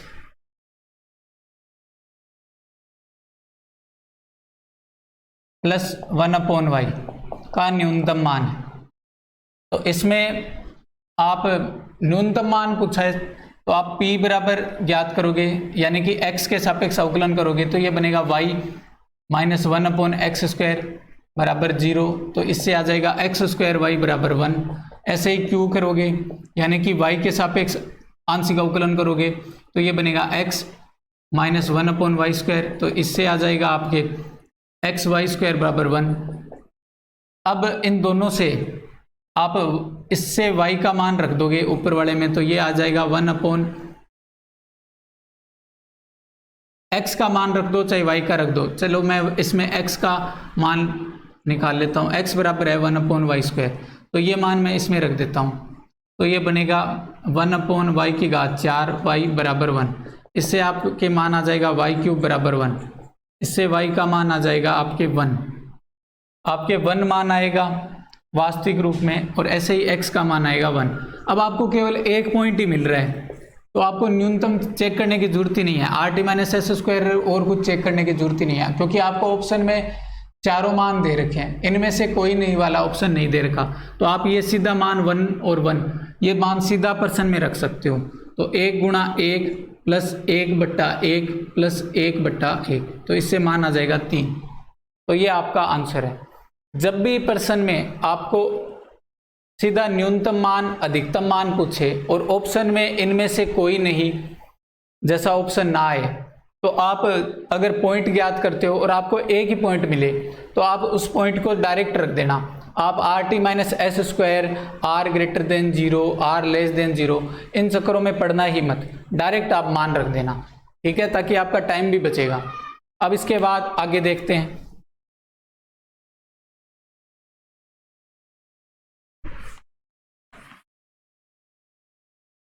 आगे दे रखा है x बराबर r cos थीटा, y बराबर r sin थीटा, x बराबर r cos थीटा, y बराबर r sin थीटा।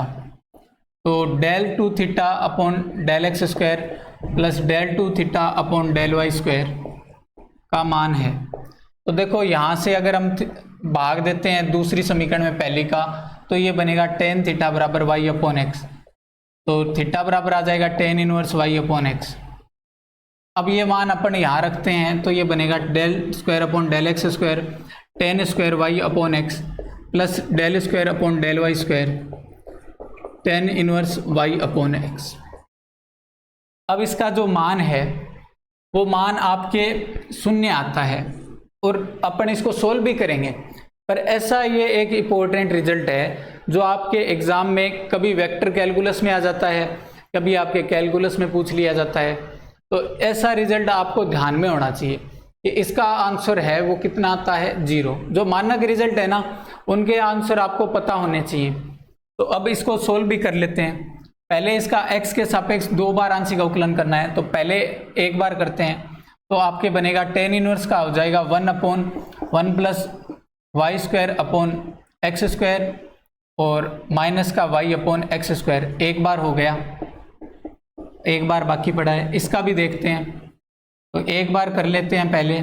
तो 1/1 plus Y square upon x square और ये y का 1 हो गया तो 1/x। अब इसके बाद अपन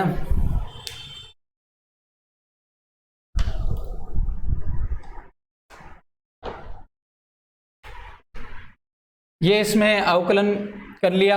अब इसको थोड़ा सा सोल्व कर लेते हैं। तो डेल अपॉन डेल एक्स, अब इसमें एक्स स्क्वायर ऊपर जाएगा, इससे कट जाएगा तो ये बचेगा minus y upon x square plus Y square. इसमें ऊपर एक्स स्क्वायर जाएगा और वो एक्स से कट जाएगा एक, तो x upon x square plus Y square ये बचा। अब इनमें एक्स के सापेक्ष आंशिक अवकलन हो रहा है तो वाई वाला बाहर आ जाएगा तो माइनस वाई बाहर। अब x के सापेक्ष करना है तो 1/x का क्या होता है, माइनस का 1/x स्क्वायर और फिर इस x का यानी कि इस x स्क्वायर का वापस होगा तो आ जाएगा 2x प्लस ये x बाहर, इस 1/ इसमें गुणा में ये 1/x है तो 1/x का आएगा माइनस का 1/x स्क्वायर और फिर इस x का, इस बड़े x का, इसका आएगा x स्क्वायर का तो आ जाएगा 2x प्लस y का 0 हो जाएगा, जिसको अपन ना लिखें तो भी बढ़िया है। तो ये आ जाएगा, सॉरी y के सापेक्ष हो रहा है तो x स्क्वायर का तो आ जाएगा 0 और y स्क्वायर का आ जाएगा 2y, तो ये 2y। अब इसको थोड़ा सोल्व करेंगे तो ये माइनस माइनस प्लस हो जाएगा तो 2xy बटा x square plus Y square का होल स्क्वायर और ये माइनस का 2xy बटा x square plus Y square का होल स्क्वायर बराबर। अब ये दोनों कट जाएंगे तो ये बराबर में 0 आ जाएगा। तो ये अपना आंसर है। ऐसे क्वेश्चनों का जो कई इंपॉर्टेंट रिजल्ट्स हैं उनका आपको आंसर एग्जाम के पॉइंट ऑफ व्यू से याद होना चाहिए। अब इसके बाद आगे देखते हैं।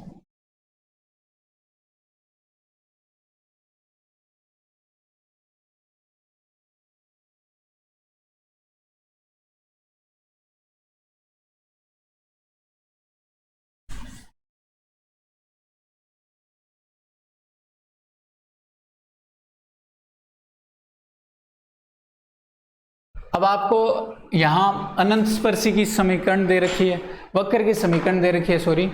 तो इसमें आपको दे रखा है y माइनस एक्स का square, y minus 2x minus y minus x, y minus 6x और साथ में दे रखा है x माइनस 5y प्लस 3 बराबर 0। अब इसमें ये आपको y माइनस एक्स में द्विघात समीकरण दे रखी है, ये y माइनस एक्स में द्विघात समीकरण है। अब इस द्विघात समीकरण में जो आपको गुणा में दे रखे हैं, इनमें आपको क्या करना होगा, इनमें पहले तो ये चीज़ देखनी होगी कि इनमें जो आपके क्या ये दोनों तीनों समान घात के आ रहे हैं। जैसे इसकी घात 1 है, इसकी भी 1 है और इसकी घात भी 1 है, तो सबसे पहले तो इनके गुणा वाले समान घात के आने चाहिए। फिर आपको इसमें समांतर अनंत स्पर्शियाँ निकालनी है y माइनस एक्स के, तो आपको क्या करना होगा कि इनमें जो समान घात के आ रहे हैं, जैसे यहाँ y की घात 1 है, x की घात 1 है, y की घात 1 है, x की घात 1 है, x की घात 1 है, y की घात 1 है, तो केवल समान घातों वालों में, जैसे अगर 2 घात आ रही होती तो केवल 2 घातों वाले में आप मान रखते, और मान भी कैसे रखते, x की जगह 1 रखते और y की जगह m रखते। अब ये m कौन सा है, m है इस द्विघात, जिसकी द्विघात है उसकी प्रवणता। यहाँ y माइनस एक्स है, इसकी द्विघात है तो इसकी प्रवणता आएगी। अब इसकी प्रवणता कितनी है, 1 है, तो ये 1 आएगी। तो ये मान x बराबर 1 और y बराबर 1, ध्यान रहे ये x बराबर 1 और y बराबर 1 आपको उसी में रखने हैं जिसमें ये समान घातों में आए, और वो समान घात चाहे 2 घात हो चाहे 3 घात हो, उन्हीं में रखने हैं। इसके अलावा उन घातों से जो छोटी घातें हैं उनकी जगह आपको 0 लिखना है। कितना लिखना है? 0। अगर यहाँ 2 घातें आती, अगर यहाँ 2 घातें आती और यहाँ मान लो 2 घात और यहाँ 1 घात आती, तो जहाँ 1 घात और 0 घात आ रही है वहाँ आपको मान 0 प्रतिस्थापित करने हैं। वहाँ आपको मान कौन से प्रतिस्थापित करने हैं? 0। तो केवल जो बराबर घात आ रही है एक जितनी, उनमें मान आपको लिखना है, बाकी की जगह आपको 0 लिखना है। तो ये मान आप प्रतिस्थापित कर दोगे तो ये y माइनस एक्स का स्क्वायर वैसे का वैसा, y की जगह 1, x की जगह 1 माइनस y माइनस एक्स, यहाँ y की जगह 1, x की जगह 1 प्लस x की जगह 1, y की जगह 1 प्लस ये 3 है, तो ये 3 कैसे बन जाएगा? 0 बन जाएगा, 0 बन जाएगा। ये एक ट्रिक है, इस ट्रिक को आप अप्लाई कर सकते हो कि जो समान घात है उससे अगर छोटी घात आए तो उसकी जगह आपको क्या लिखना है? 0 लिखना है। ठीक है, तो ये 0 लिख दिया। अब आप इसको सोल्व करना, तो ये y माइनस एक्स का होल स्क्वायर, ये 1 माइनस 2 माइनस का 1 गुणा में, और ये माइनस y माइनस 6x, और ये 1 माइनस 6 माइनस का 5, और ये 1 माइनस 5 माइनस का 4। अब इसमें माइनस कॉमन ले लिया तो ये y माइनस एक्स स्क्वायर, और ये बन गया 5y माइनस एक्स, और ये माइनस कॉमन लेने के कारण प्लस का 4 बन गया।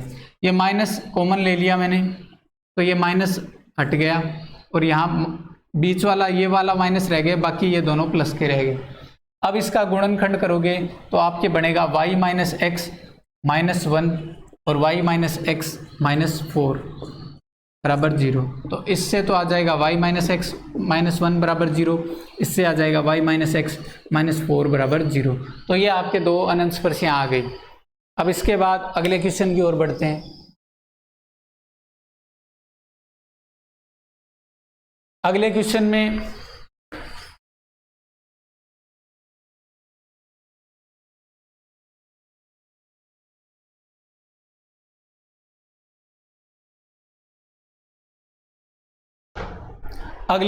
आपको जैसे दे रखा है u बराबर 8x square plus Y square log x minus log y। अब यहाँ आपको x स्क्वायर कॉमन लोगे तो ये x square 8 plus y upon x का होल स्क्वायर, और ये बनेगा log x अपॉन वाई बनेगा, जिसको मैं minus log y upon x लिख सकता हूँ। log x अपॉन y बनेगा, जिसमें मैंने माइनस कॉमन ले लिया तो ये log y अपॉन एक्स हो गया। अब ये आपको समघात समीकरण मिल रही है, और वो भी कितने घात की? 2 घात की। तो आप आयलर समीकरण में n की जगह 2 लिख सकते हो। n कितना मिल रहा है? 2। तो आप आयलर इक्वेशन में मान रख सकते हो x del u upon del x plus y del u upon del y बराबर n की जगह कितना मिल रहा है? 2 मिल रहा है, तो 2u आंसर आ जाएगा। अब ये क्वेश्चन हो गया। इसके बाद आगे देखते हैं।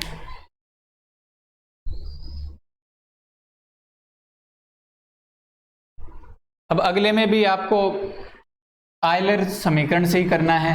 तो u बराबर दे रखा है sine inverse x plus y बटा अंडर रूट के अंदर x plus under root y. अब इसमें आपको ये साइन इनवर्स समघात समीकरण बनाने में दिक्कत कर रहा है, क्योंकि अंदर आप कॉमन लोगे और जैसे काटोगे तो अंडर रूट एक्स अंदर बच जाएगा। तो ये साइन इनवर्स अगर बाहर कोई फलन है जिसके कारण आपके अंदर शून्य घात का समघात फलन नहीं बन रहा है, इन साइन इनवर्स के कारण अंदर शून्य घात का समघात फलन नहीं बन रहा है, तो इस साइन इनवर्स को आप दूसरी तरफ भेज दोगे तो ये साइन u आ जाएगा। अब आप इसको किसी भी घात का समघात समीकरण लिख सकते हो। तो देखो x कॉमन लोगे, नीचे रूट x कॉमन लोगे तो ऊपर अंडर रूट x बच जाएगा, तो ये बनेगा x की power 1/2 1 plus y upon x, नीचे बनेगा 1 plus root y upon x. अब ये हाफ घात का बन गया और बराबर में है साइन u, यानी कि fu टाइप। अब इसका एक सूत्र होता है कि x del u upon del x plus y del u upon del y बराबर आता है एन एफ यू बट्टा एफ डैश यू। तो इसमें मान रख दो, एन की जगह है 1/2, एफ यू की जगह है साइन यू और एफ डैश यू की जगह है यानी कि इसका अवकलन कोस यू। तो ये बन जाएगा 1/2 tan यू। तो ये आपका आंसर है 1/2 tan यू।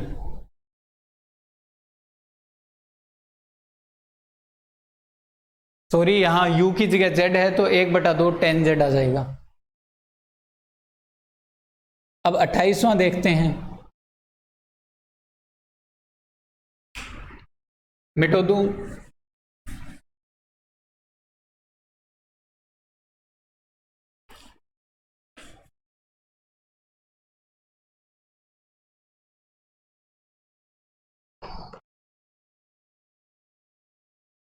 आपको एफ एक्स दे रखा है, अब आपको न्यूनतम का पूछा है, इसका अर्थ है एफ डैश एक्स को 0 के बराबर करना है। तो मैं एफ डैश एक्स निकालता हूं, तो एक्स का आ जाएगा 2x माइनस ए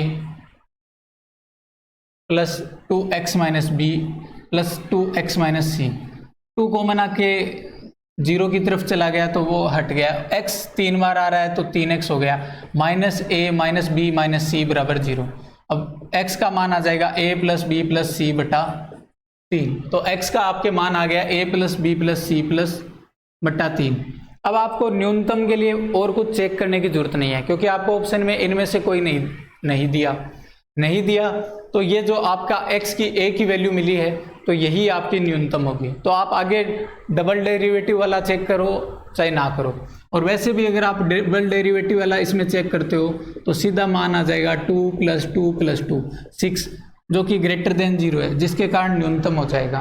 बाकी अगर बड़े क्वेश्चन आते हैं जिनमें डबल डेरिवेटिव ज्ञात करते हो टाइम लगता है, तो आप उनमें डायरेक्ट सीधे मान रख के या सीधा चेक कर सकते हो अगर x के a की मान आते हैं तो इनमें आप टाइम बचाने के लिए इस टाइप की टेक्निक इस्तेमाल कर सकते हो। अब आगे, अब इसमें भी आपको न्यूनतम मान पूछा है, न्यूनतम वैल्यू पूछी है, तो डेरिवेटिव निकाल के x की वैल्यू निकालो और डायरेक्ट मान पुट कर दो। तो ये x² माइनस 2x 8x + 17 है, इसका अवकलन करता हूँ तो ये मिलेगा 2x माइनस 8 बराबर 0। तो x का मान आ जाएगा 4, ये मान पुट कर दो फलन में, तो ये f4 का मान आ जाएगा 4² माइनस 8 × 4 प्लस 17, 4 का स्क्वायर होता है 16, ये 32, ये 17, 16 17 33 में से 32 गए 1, तो ये आंसर आ गया 1। अब इसके बाद अगला और देखते हैं, sine theta plus cos theta का अधिकतम मान हो सकता है। तो देखो sine theta plus cos theta का अपने को अधिकतम मान पूछा है, इसका अधिकतम मान पूछा है, तो अपन इसका अवकलन करते हैं। तो एफ डैश थीटा आपको मिलेगा cos theta minus sine theta बराबर 0। अब इसे आप सोल्व करोगे तो ये माइनस साइन थीटा इधर आ जाएगा, तो कोस थीटा बराबर साइन थीटा और कोस थीटा भाग में तो टेन थीटा बराबर 1, तो थीटा बराबर आपको मिल जाएगा π/4। तो π/4 वैल्यू इसमें लिख दोगे तो ये मिल जाएगा साइन π/4 प्लस कोस π/4। इन दोनों का मान इन दोनों पर 1/√2 होता है, तो 1/√2 प्लस 1/√2 2/√2, तो √2 आ जाएगा। ये आपका आंसर है। तो इस टाइप से आपके कैलकुलस के सारे सवाल कंप्लीट हो गए। अब अपन मिलते हैं नेक्स्ट वीडियो में। और इसी के साथ मैं दोस्तों एक बताना चाहूँगा आपको ज़रूरी बात कि मेरी ग्रेजुएशन की बुक आ रही है जिसमें आपको लगभग 2000 ऑब्जेक्टिव क्वेश्चन मिलेंगे। इन 2000 ऑब्जेक्टिव क्वेश्चन में आपको पिछले जो एग्ज़ाम है उन सभी के सॉल्यूशन मिलेंगे, जितने भी आरपीएससी के पेपर्स हुए हैं। साथ में आपको एमएससी एंट्रेंस के क्वेश्चन मिलेंगे, साथ ही आपको जो अदर एग्ज़ाम हुए हैं यूपी पीजीटी के हो चाहे इनके एनवीएस के हो, तो इनमें जितने में भी आपके जो क्वेश्चन आए हैं ग्रेजुएशन के वो सारे मिलेंगे। साथ में आपको शॉर्ट ट्रिक्स मिलेंगी। तो जल्दी आपको ये बुक जैसे अवनी पब्लिकेशन से प्राप्त हो जाएगी। अवनी पब्लिकेशन से ये बुक आपके आ रही है मार्केट में 5-6 दिनों में, तो आप इसको ज़रूर परचेज करें। धन्यवाद।